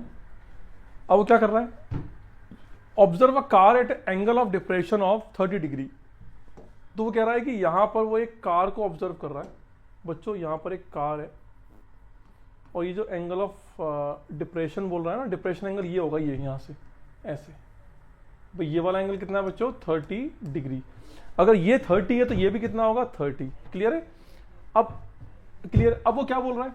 अब वो बोल रहा है कि which is approaching the foot of tower. कि वो कह रहा है कि जो कार है ना, ये जो कार है भाई, ये जो कार है, ये कार ये इस तरफ अप्रोच कर रही है। ये जो कार अप्रोच कर रही है ये सी से बी, मतलब फुट ऑफ टावर की तरफ अप्रोच कर रही है। फुट ऑफ टावर की तरफ अप्रोच कर रही है। यहां पर एक कार है जिसको इस पर्सन ने देखा, एंगल ऑफ डिप्रेशन 30 बना, तो ये भी 30 हो गया। अब वो कार धीरे धीरे आगे की तरफ बढ़ रही है। अ यूनिफॉर्म स्पीड, एक यूनिफॉर्म स्पीड के साथ, मतलब एक फिक्स स्पीड के साथ बढ़ रही है।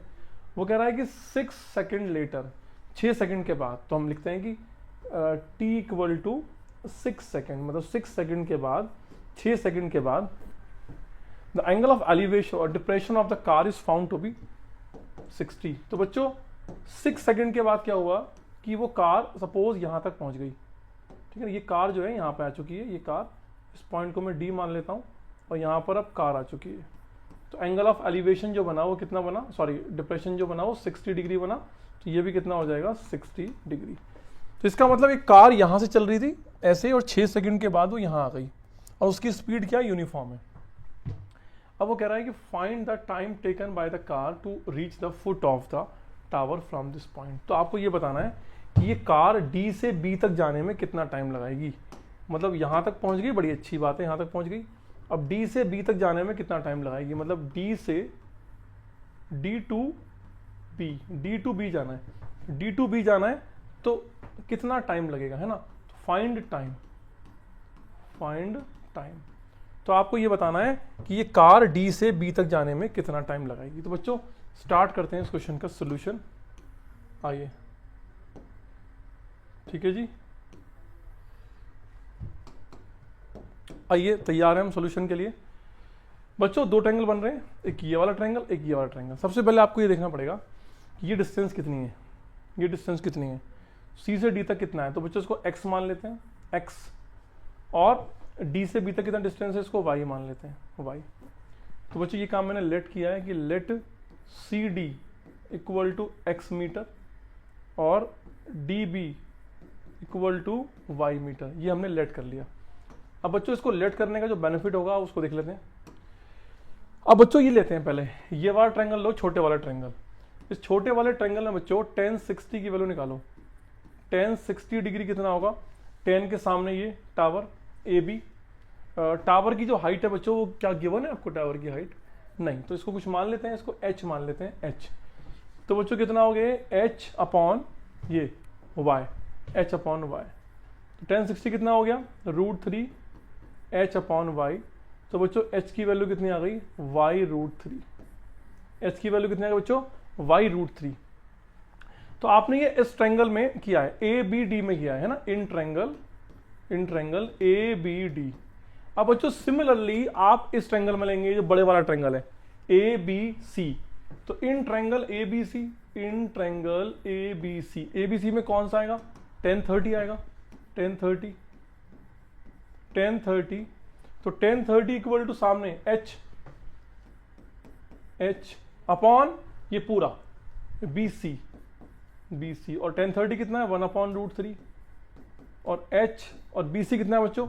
BC x प्लस वाई, तो यहां से बच्चों कितना आ गया? h√3 equal to x plus Y, h√3 equal to x plus Y. तो एक रिलेशन आपको ये मिल रहा है और एक रिलेशन बच्चों आपको ये मिल रहा है। आपको 2 रिलेशन मिले हैं। अब इन दोनों रिलेशन की हेल्प से देखो मैं क्वेश्चन का सोल्यूशन फाइंड आउट करने जा रहा हूं। ठीक है बच्चों, आगे बढ़ते हैं। देखो आपको ये क्या मिला बच्चों? h equal to y√3, h equal to y√3। एक तो बच्चों आपको ये रिलेशन मिला है, दूसरा क्या मिला है आपको? h√3 equal to x plus Y, ये आपको मिला है। अब देखिए बच्चों, अगर आप h की वैल्यू को यहाँ प्लेस कर देंगे तो कितना आएगा? y√3 और into √3, equal to X plus Y, तो ये हो गया 3y equal to X plus Y और 2y इक्वल टू एक्स। तो बच्चों ये आपको x और y में एक रिलेशन मिल गया।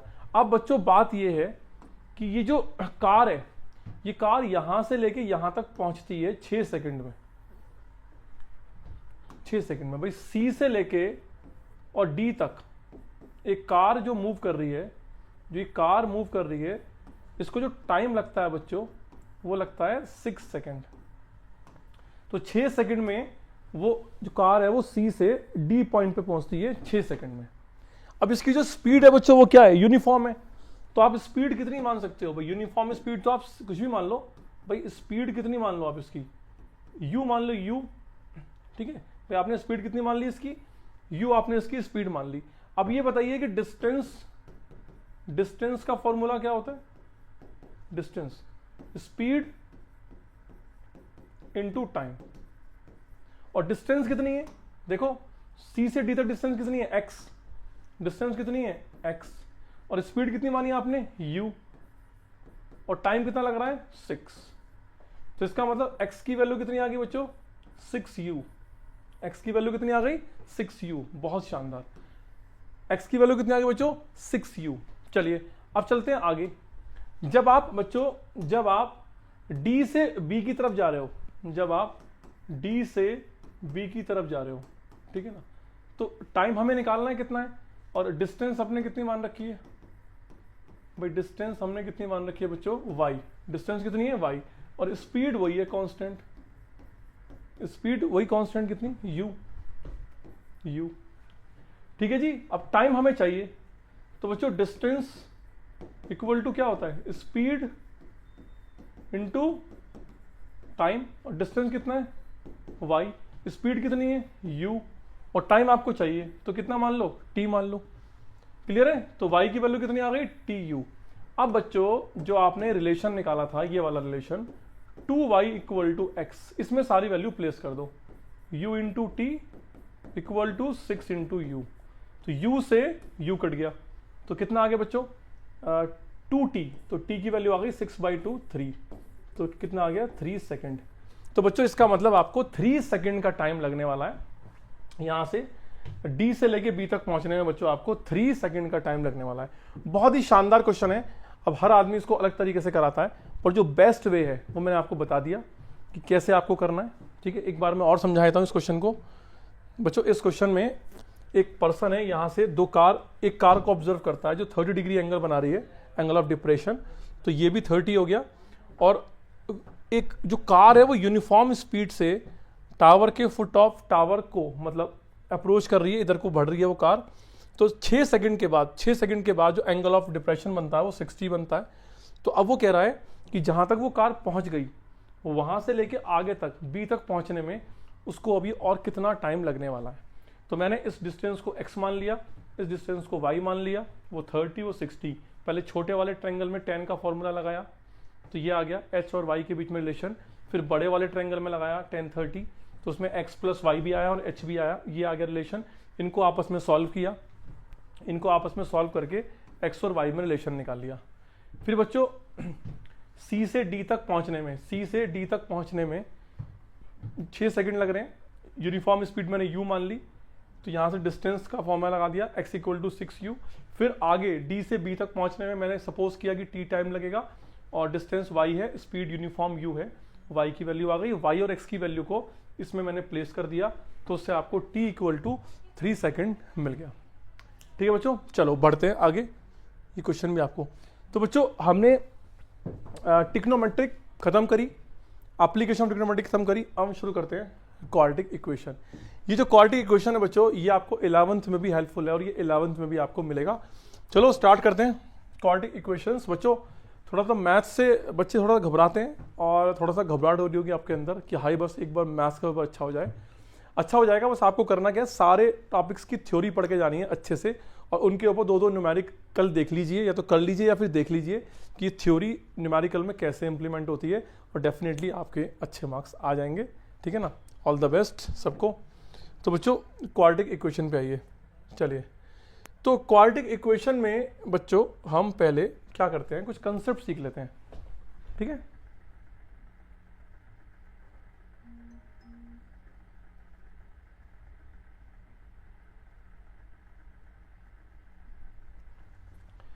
देखो बच्चों, क्वाड्रेटिक इक्वेशन में हम पहले क्या कर रहे हैं, कुछ कंसेप्ट सीख लेते हैं कि क्वाड्रेटिक इक्वेशन में हम बढ़ेंगे कैसे आगे।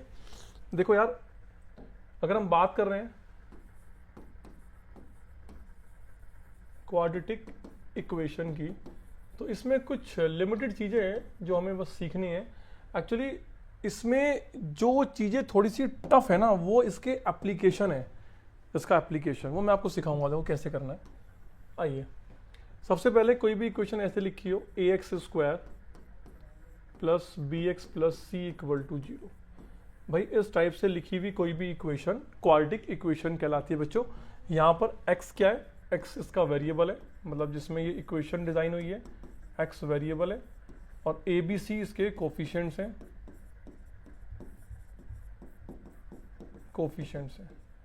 जो बच्चों कांस्टेंट होते हैं। क्या होते हैं? कांस्टेंट्स होते हैं, मतलब कोई भी रियल नंबर हो सकते हैं, है ना। a 0 नहीं होगा, और a 0 हो गया तो फिर x स्क्वायर खत्म हो जाएगा। तो बच्चों इसको सॉल्व करने का तरीका, मतलब इसकी वैल्यू निकालने का तरीका होता है, अब उसमें उसका नाम है क्वाड्रेटिक फॉर्मूला। क्वाड्रेटिक फॉर्मूला, देखो क्वाड्रेटिक फॉर्मूला क्या है बच्चों, x की वैल्यू होती है -b plus minus B square minus 4ac divide by 2a, इस तरीके से x equal to -b plus minus square root of B square minus 4ac divide by 2a। ये आपको ध्यान रखना है फॉर्मूला। अभी जो अंदर वाइट टर्म है ना, ये जो अंदर लिखी है बी स्क्वायर माइनस 4ac, इसको बच्चों हम डिस्क्रिमिनेंट बोलते हैं। क्या बोलते हैं इसको? इसको बोलते हैं बच्चों डिस्क्रिमिनेंट। और ये डिस्क्रिमिनेंट जो है ना, बहुत कुछ डिसाइड करता है। ये discriminant nature of root decide करता है, नेचर ऑफ रूट्स। मतलब कोई भी अगर क्वाड्रेटिक इक्वेशन है ए x square plus B x plus C, तो ऑब्वियस सी बात है कि इसके दो रूट्स होंगे, एक को अल्फा मान लो, एक को बीटा मान लो। पहला पॉइंट, अगर डिस्क्रिमिनेंट की वैल्यू ग्रेटर देन 0 आ जाए, B square minus 4ac greater than 0 आ जाए, तो हम बोलते हैं कि दोनों रूट्स कैसे होंगे, रूट्स आर डिस्टिंक्ट, मतलब अलग अलग, roots are distinct, real and distinct, roots are real and distinct.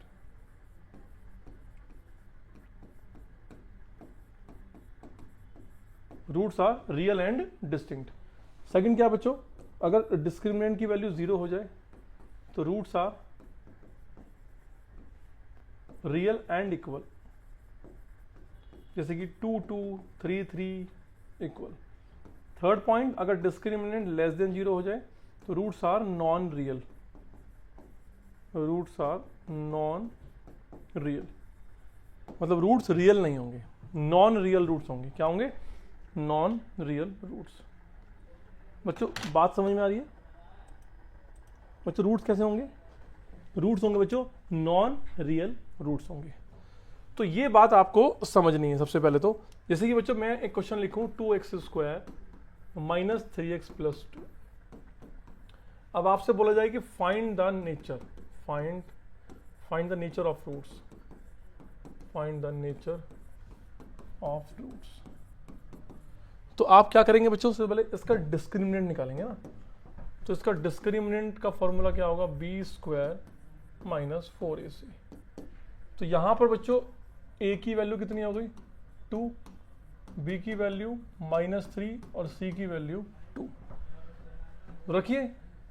भाई इसको कंपेयर करोगे A x square plus B x plus C से, तो a की वैल्यू 2 आएगी, b की वैल्यू -3, c की वैल्यू 2। यहां पर रखिए b कितना है -3 का स्क्वायर 2, तो ये कितना हो जाएगा 9 16। तो क्या आ रहा है बच्चों, ये -7 लेस देन 0। तो डिस्क्रिमिनेंट बच्चों क्या आ रहा है, लेस देन 0 आ रहा है। इसका मतलब रूट्स कैसे होंगे, रूट्स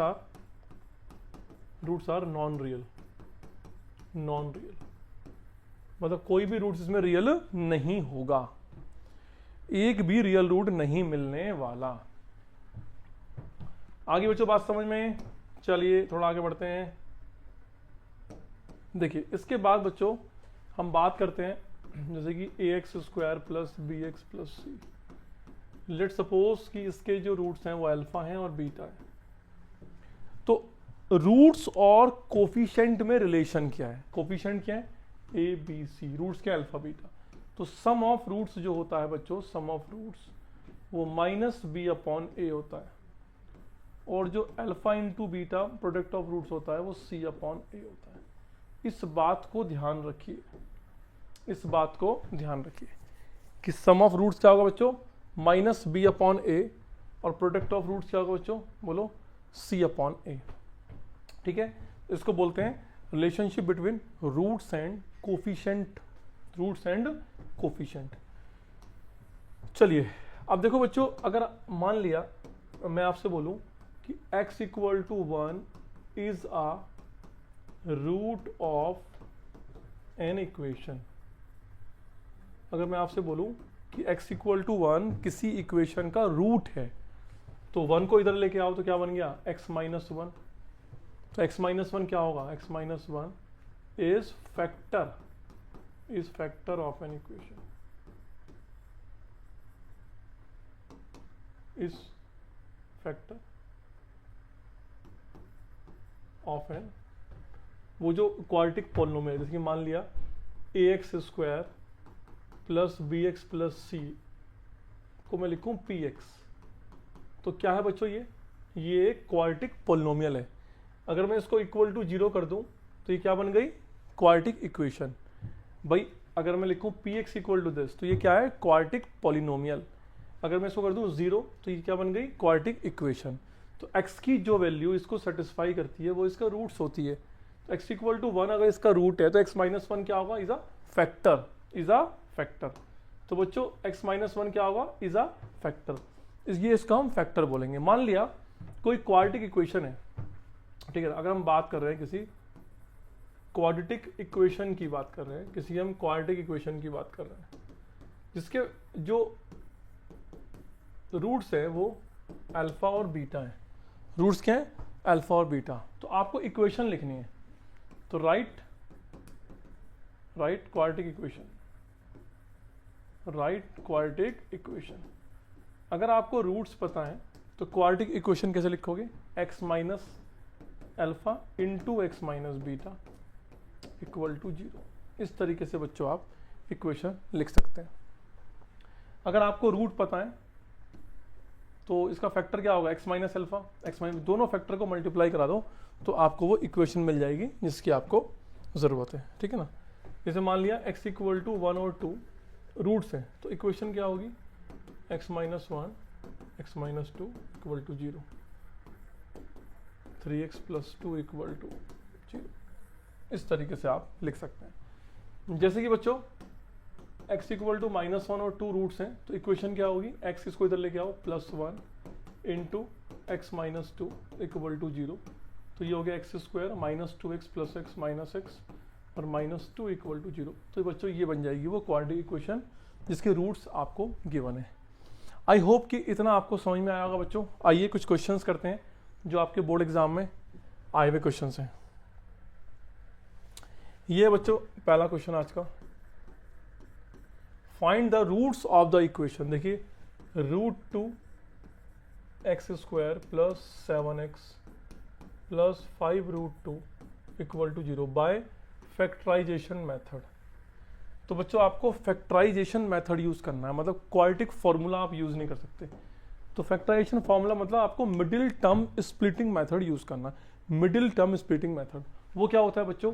जो बीच वाला नंबर होता है ना 7, आपको ऐसे दो नंबर सर्च करने हैं जिनका सम 7 हो और उनका प्रोडक्ट क्या हो नंबर्स का। देखो यहाँ पर बच्चों लिखा है रूट 2 और यहाँ पर लिखा है 5 रूट 2। तो ये जो बाउंड्री के नंबर होते हैं, मतलब एक्स स्क्वायर का कोफिशिएंट और कांस्टेंट टर्म, तो ये जो बाउंड्री के नंबर हैं इनको अगर मैं मल्टीप्लाई कराऊं, दोनों को इनको मल्टीप्लाई कराऊं तो कितना आएगा? रूट 2 आ गया, तो 2 इंटू 5 10 आ गया। तो मुझे ऐसे दो नंबर चाहिए जिनका प्रोडक्ट, ठीक है ना भाई, कुछ भी मान लो, जिनका प्रोडक्ट मान लो वो नंबर आप x1 इंटू x2 मान लो। तो मुझे ऐसे दो नंबर चाहिए जिनका प्रोडक्ट क्या हो? इसके बाउंड्री के प्रोडक्ट के इक्वल हो, और जिन दोनों नंबर का सम क्या हो? जो मिडिल टर्म है, ये मिडिल टर्म इसके इक्वल हो 7। तो बच्चों ये रूल होता है मिडिल टर्म स्प्लिटिंग मेथड का कि हमें ऐसे दो नंबर खोजने होते हैं, सर्च करने होते हैं जिनका प्रोडक्ट इसके बाउंड्री के प्रोडक्ट के इक्वल हो और जिन नंबर्स का सम इसके मिडिल टर्म के इक्वल हो। तो अब आपको दो नंबर चाहिए जिनका प्रोडक्ट 10 आ जाए और जिनका सम 7 आ जाए। तो ऐसी सोच लो हिट एंड ट्रायल से 5 और 2, भाई 5 और 2 ऐसे नंबर होंगे जिनका सम 7 होगा और जिनका प्रोडक्ट 10 होगा। तो 5 और 2 हो गए वो नंबर। तो इसका मतलब बच्चों मैं इसको लिख सकता हूँ √2x² प्लस, तो 7 को आप क्या लिख सकते हो 5 और 2, यहाँ प्लस है तो प्लस 5 और 2, तो 5 + 2 x प्लस 5√2 = 0। ये हो गया √2x² plus 5x plus 2x, 5√2 = 0। Pairing कर दो, इन दोनों में x कॉमन ले लो और इन दोनों में √2 कॉमन ले लो = 0। अब यहाँ से बच्चों क्या आ गया √2x + 5x + √2 = 0। तो एक बार इसको रखो 0 और ये आ गया x = -5/√2, ऊपर नीचे √2 से मल्टीप्लाई कराओ 5√2/2 और यहाँ से आ गया x + √2 = 0, x = -2। बच्चों ये आ गया इसका सोल्यूशन। आई होप कि आपको ये समझ में आया कि कैसे हम लगाते हैं मिडिल टर्म स्प्लिटिंग मेथड। ठीक है बच्चों, so we need to search two numbers जिनका प्रोडक्ट ये बाउंड्री x² और कांस्टेंट के मल्टीप्लिकेशन के इक्वल हो दो नंबर्स का, और उन दो नंबर्स का सम x के जो कॉफिशिएंट है +7 इसके इक्वल हो। तो इस तरीके से बच्चों हम मिडिल टर्म स्प्लिटिंग मेथड लगाते हैं और फैक्टराइजेशन करते हैं। ठीक है बच्चों, तो ये फर्स्ट क्वेश्चन था। आई होप कि सबने एंजॉय किया। चलिए चलते हैं नेक्स्ट क्वेश्चन की तरफ। If one root of the quadratic equation, देखो ये बच्चों आपके पास क्वाड्रेटिक इक्वेशन है 6x²।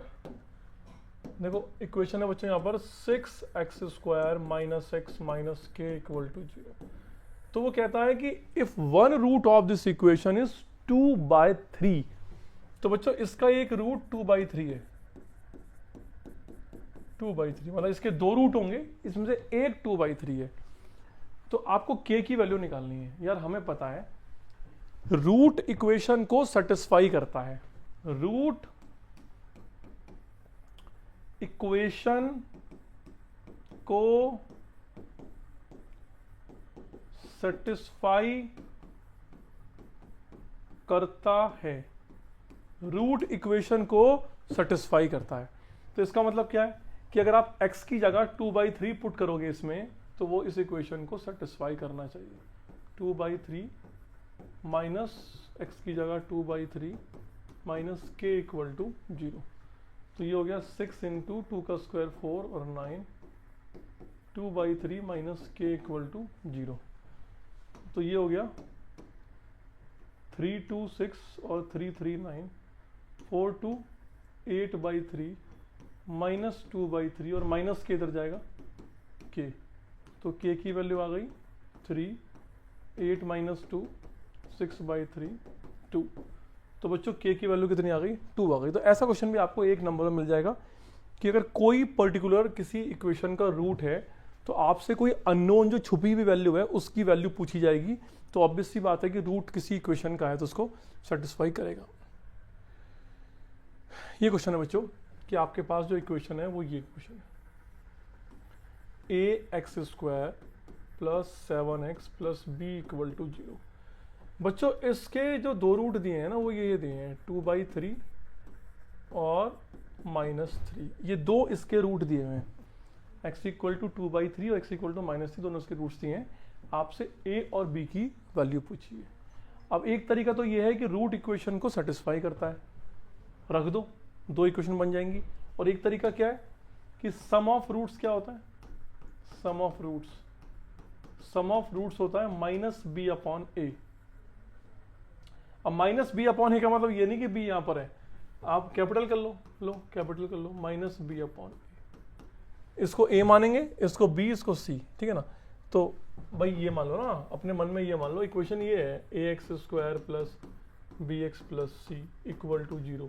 तो क्या बताया था, अल्फा प्लस बीटा कितना होता है, माइनस बी अपॉन ए, और अल्फा बीटा कितना होगा, सी अपॉन ए।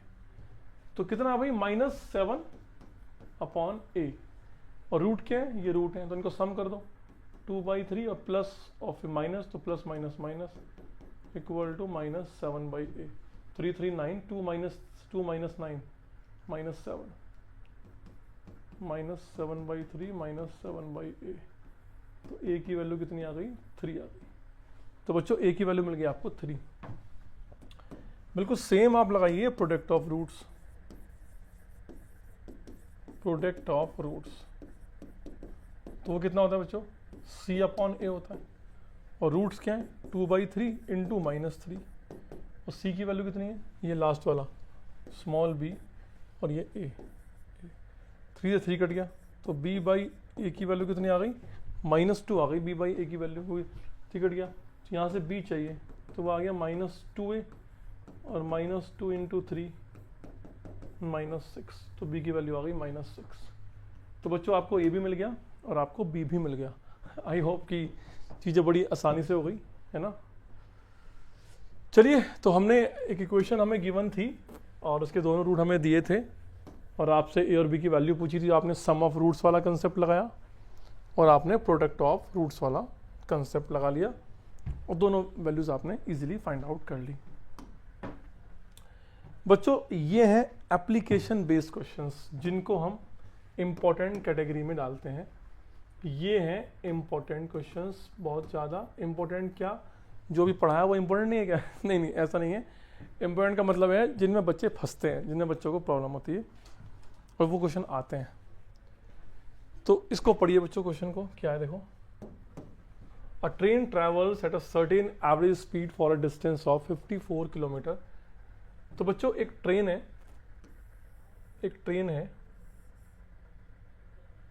ठीक है। यहाँ से मैं ट्रेन की बात करता हूँ, ये ए पॉइंट है और ये सी पॉइंट है। तो ट्रेन क्या कर रही है, ट्रेन जैसे यहाँ से यहाँ तक चली बी पॉइंट तक, तो ये 54 किलोमीटर है। कितना बच्चों, ये 54 किलोमीटर।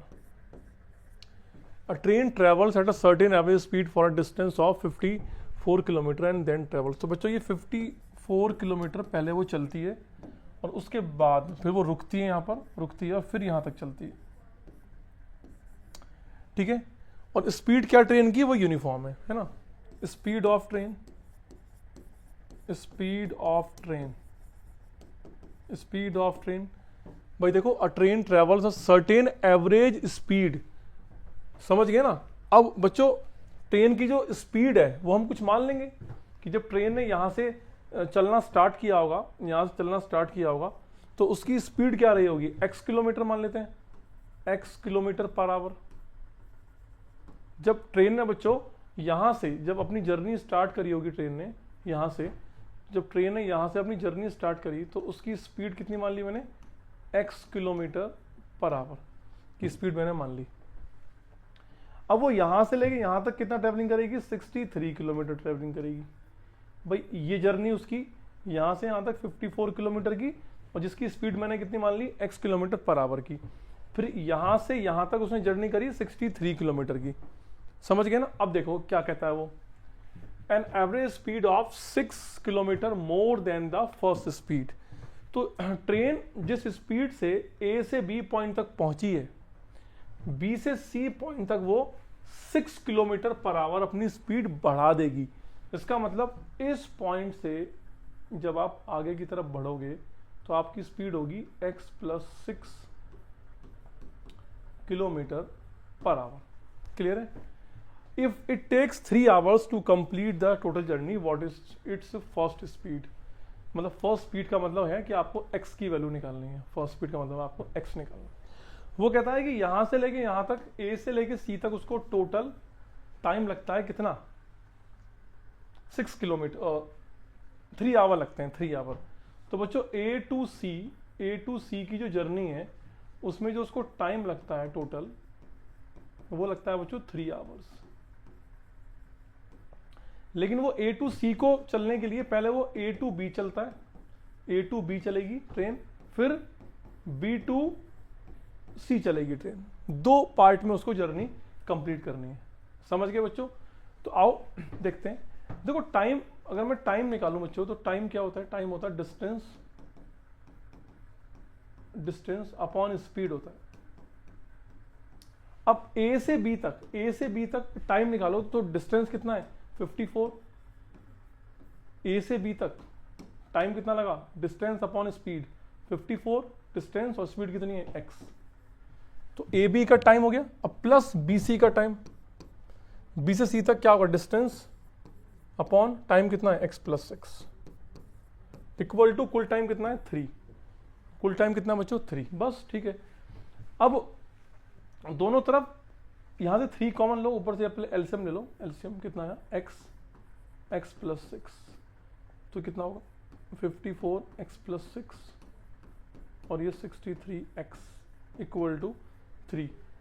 यहाँ से 3 कॉमन लेके काटो, 3 1 3 और 3 8 24 x प्लस 6 और 3 2 6 3 1 और x और 3 3 कट चुका है और ये वाला चला गया मतलब राइट साइड में इस टाइप से।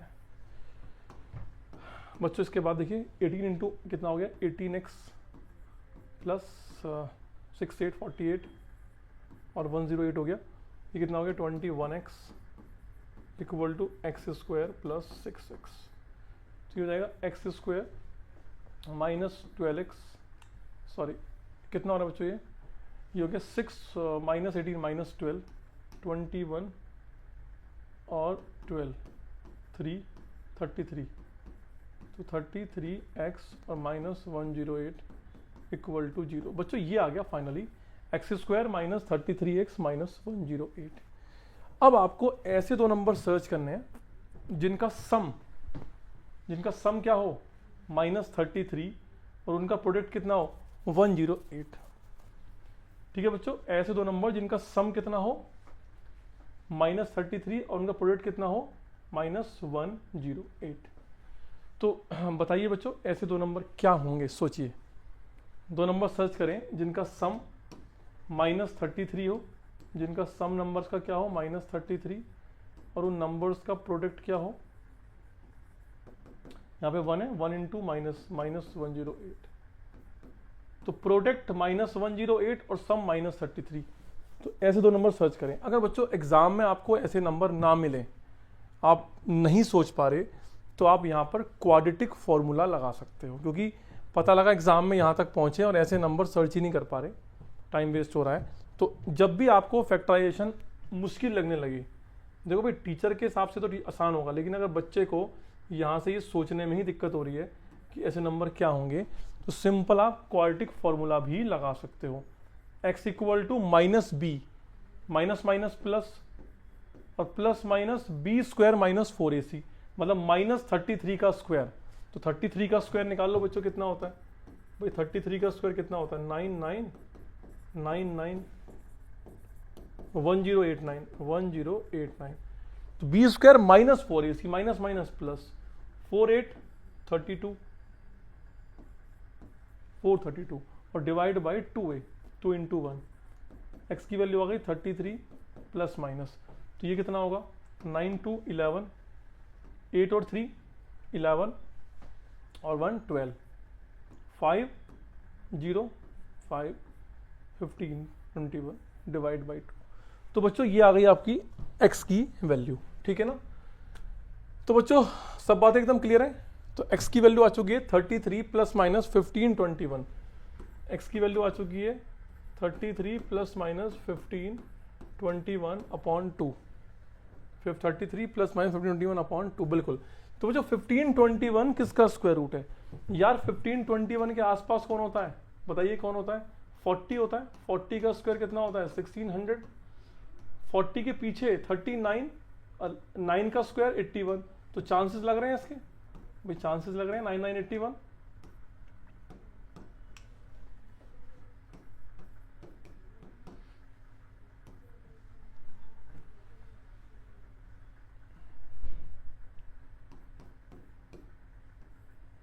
कितना आ गया बच्चों 1521, तो कितना आ गया 39 आ गया, कितना आ गया 39। तो x की वैल्यू आ गई 33 प्लस माइनस 39/2। एक बार लीजिए प्लस, एक बार लीजिए माइनस। जब माइनस लोगे तो -6/2 -3 आएगा, और जब प्लस लोगे 9 3 12 72/2 कितना हो गया 36 हो गया बच्चों, कितना हो गया 36, यस 36 हो गया।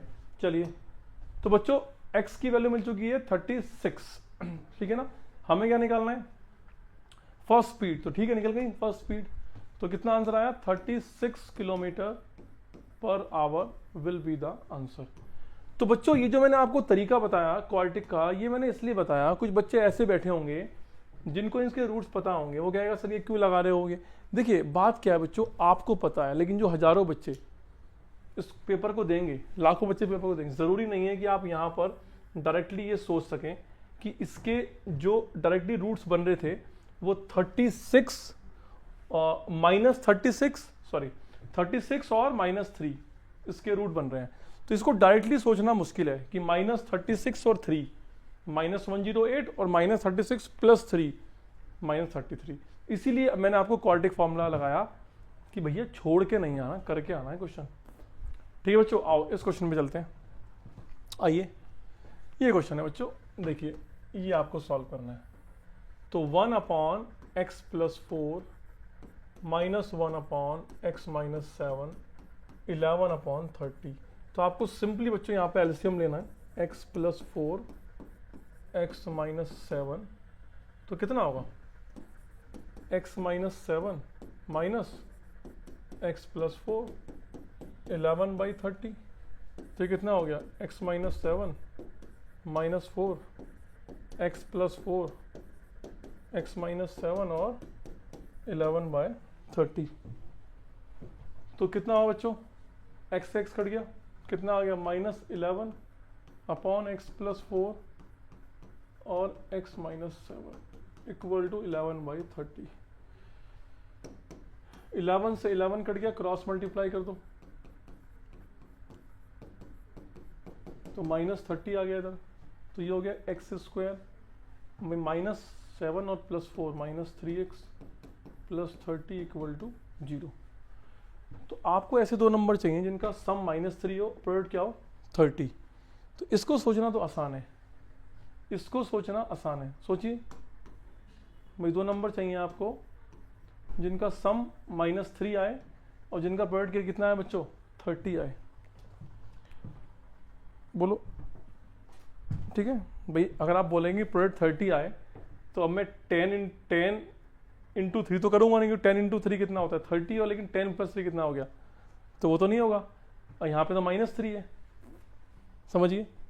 तो बच्चों यही चीज, यही पंगा होता है कि बच्चा अगर फंस जाए इसमें, तो डायरेक्टली आप क्या लगाते हैं क्वाड्रेटिक फॉर्मूला, -b और प्लस माइनस b² -3 का स्क्वायर 9 और 4 3 12। तो क्या आ रहे हैं इसके तो रूट्स ही क्या आ रहे हैं बच्चों, इसके तो डिस्क्रिमिनेंट ही नेगेटिव आ रहा है भाई, इसके तो नॉन रियल रूट्स ही नहीं है। आओ एक बार क्रॉस चेक कर लेते हैं, आइए क्रॉस चेक करते हैं एक बार।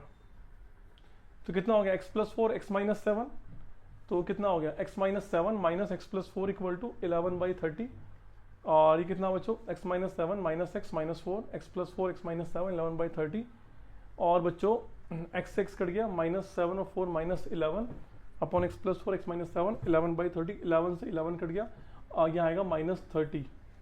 ठीक है बच्चों, और ये चला गया x + 4 x - 7 और ये कितना हो गया -30, और ये कितना होगा x², ठीक है -7x + 4x, तो -7 + 4 -3 माइनस बिल्कुल सही है।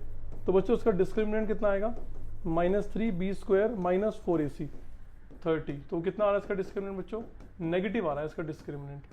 तो इसका मतलब क्या होगा, इसका कोई भी रियल रूट नहीं होगा, है ना, no real root, no real root, कोई भी इसका रियल रूट नहीं आने वाला। बच्चों बात एकदम क्लियर हो गई, कोई भी रियल रूट इसका नहीं आने वाला। आई होप कि आपको ये बात समझ में आ रही है।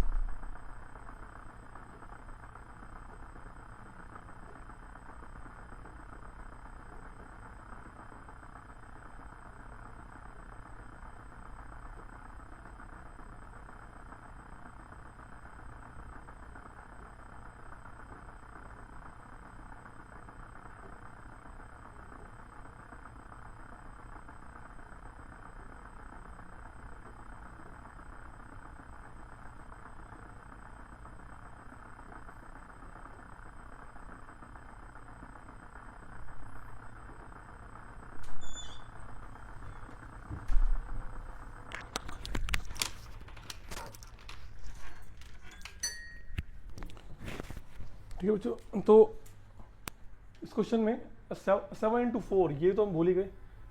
ठीक है बच्चों, इस क्वेश्चन में हमें यहाँ से भाई देखो थोड़ा सा कैलकुलेशन में गलती हो गई। x इंटू एक्स स्क्वायर कितना हो गया -7x प्लस 4x -28 और -30, तो ये हो गया x स्क्वायर -3x, और इसको इधर लेके आओगे तो कितना हो जाएगा +2 इक्वल टू 0। यस सही है, तभी आंसर मैच नहीं कर रहा था। ठीक है ना, बच्चे ने बोला था इसके तो रियल रूट्स आ रहे हैं, तो उसको क्रॉस चेक करना पड़ा।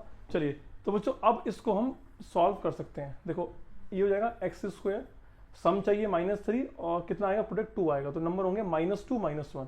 भाई -2 एक नंबर, -1 एक नंबर, इन दोनों का जो मल्टीप्लीकेशन है वो 2 आएगा, इनका जो सम है वो -3 आएगा। तो -2x और -x प्लस 2 इक्वल टू 0।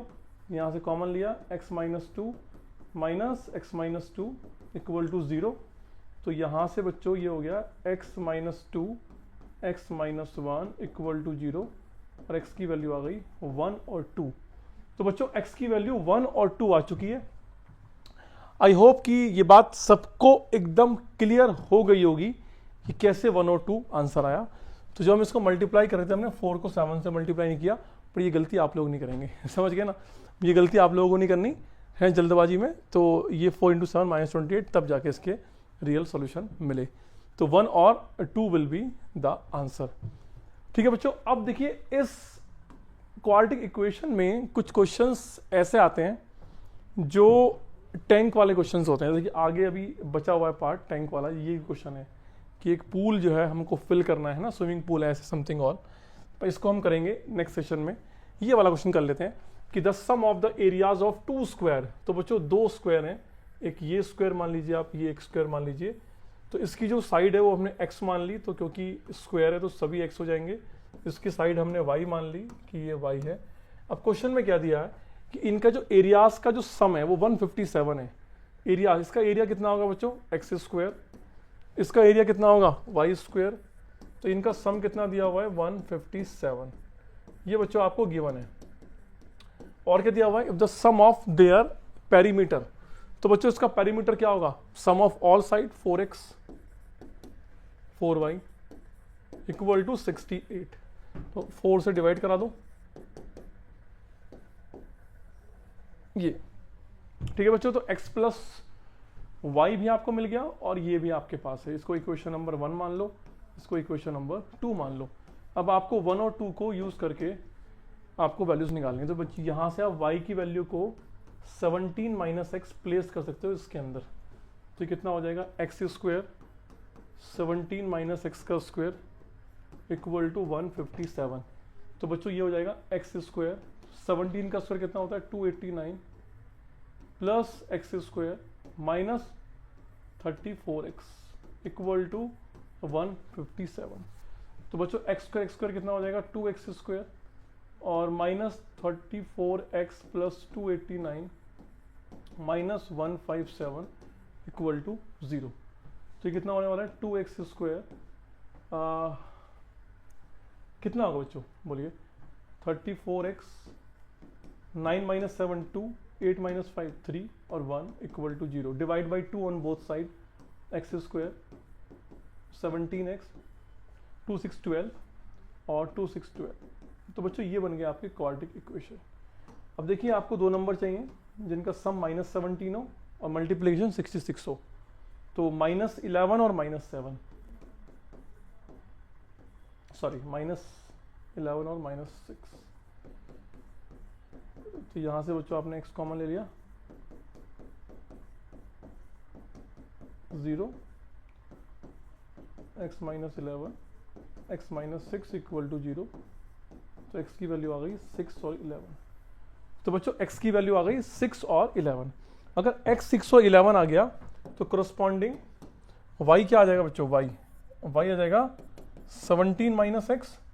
तो 17 माइनस 6 11 और 17 minus 11 sorry 17 minus 6 oh sorry 11 equal to 6। ये आंसर आ गया। इसका मतलब बच्चों जो नंबर्स मिलेंगे वो क्या क्या मिलेंगे, अगर x की वैल्यू को 6 लोगे तो y की वैल्यू 11 आएगी, तो आंसर हो गया 6,11। अगर x की वैल्यू को 11 लोगे तो y की वैल्यू 6 आएगी, तो आंसर आ गया 11 6। तो एक ही बात है, 6 11 11 6 एक ही बात है। तो बच्चों find the sides of two square, तो क्या हो जाएगा कि एक साइड को आप 6 मान लीजिए, फिर एक को आप 11 मान लीजिए, तो दोनों स्क्वायर की साइड आपको मिल गई। तो बच्चों ये था आज का सेशन जिसमें हमने ट्रिग्नोमेट्रिक का इंट्रोडक्शन पढ़ा, उसमें हमने टेबल को याद करा, ट्रिग्नोमेट्रिक आइडेंटिटीज पढ़ी, ट्रिग्नोमेट्रिक के फॉर्मूले याद करे, फिर हमने ये सीखा कि ट्रिग्नोमेट्रिक टेबल की जो एंट्रीज हैं उनको हम कैसे क्वेश्चन में फिल करते हैं, कैसे आंसर निकालते हैं।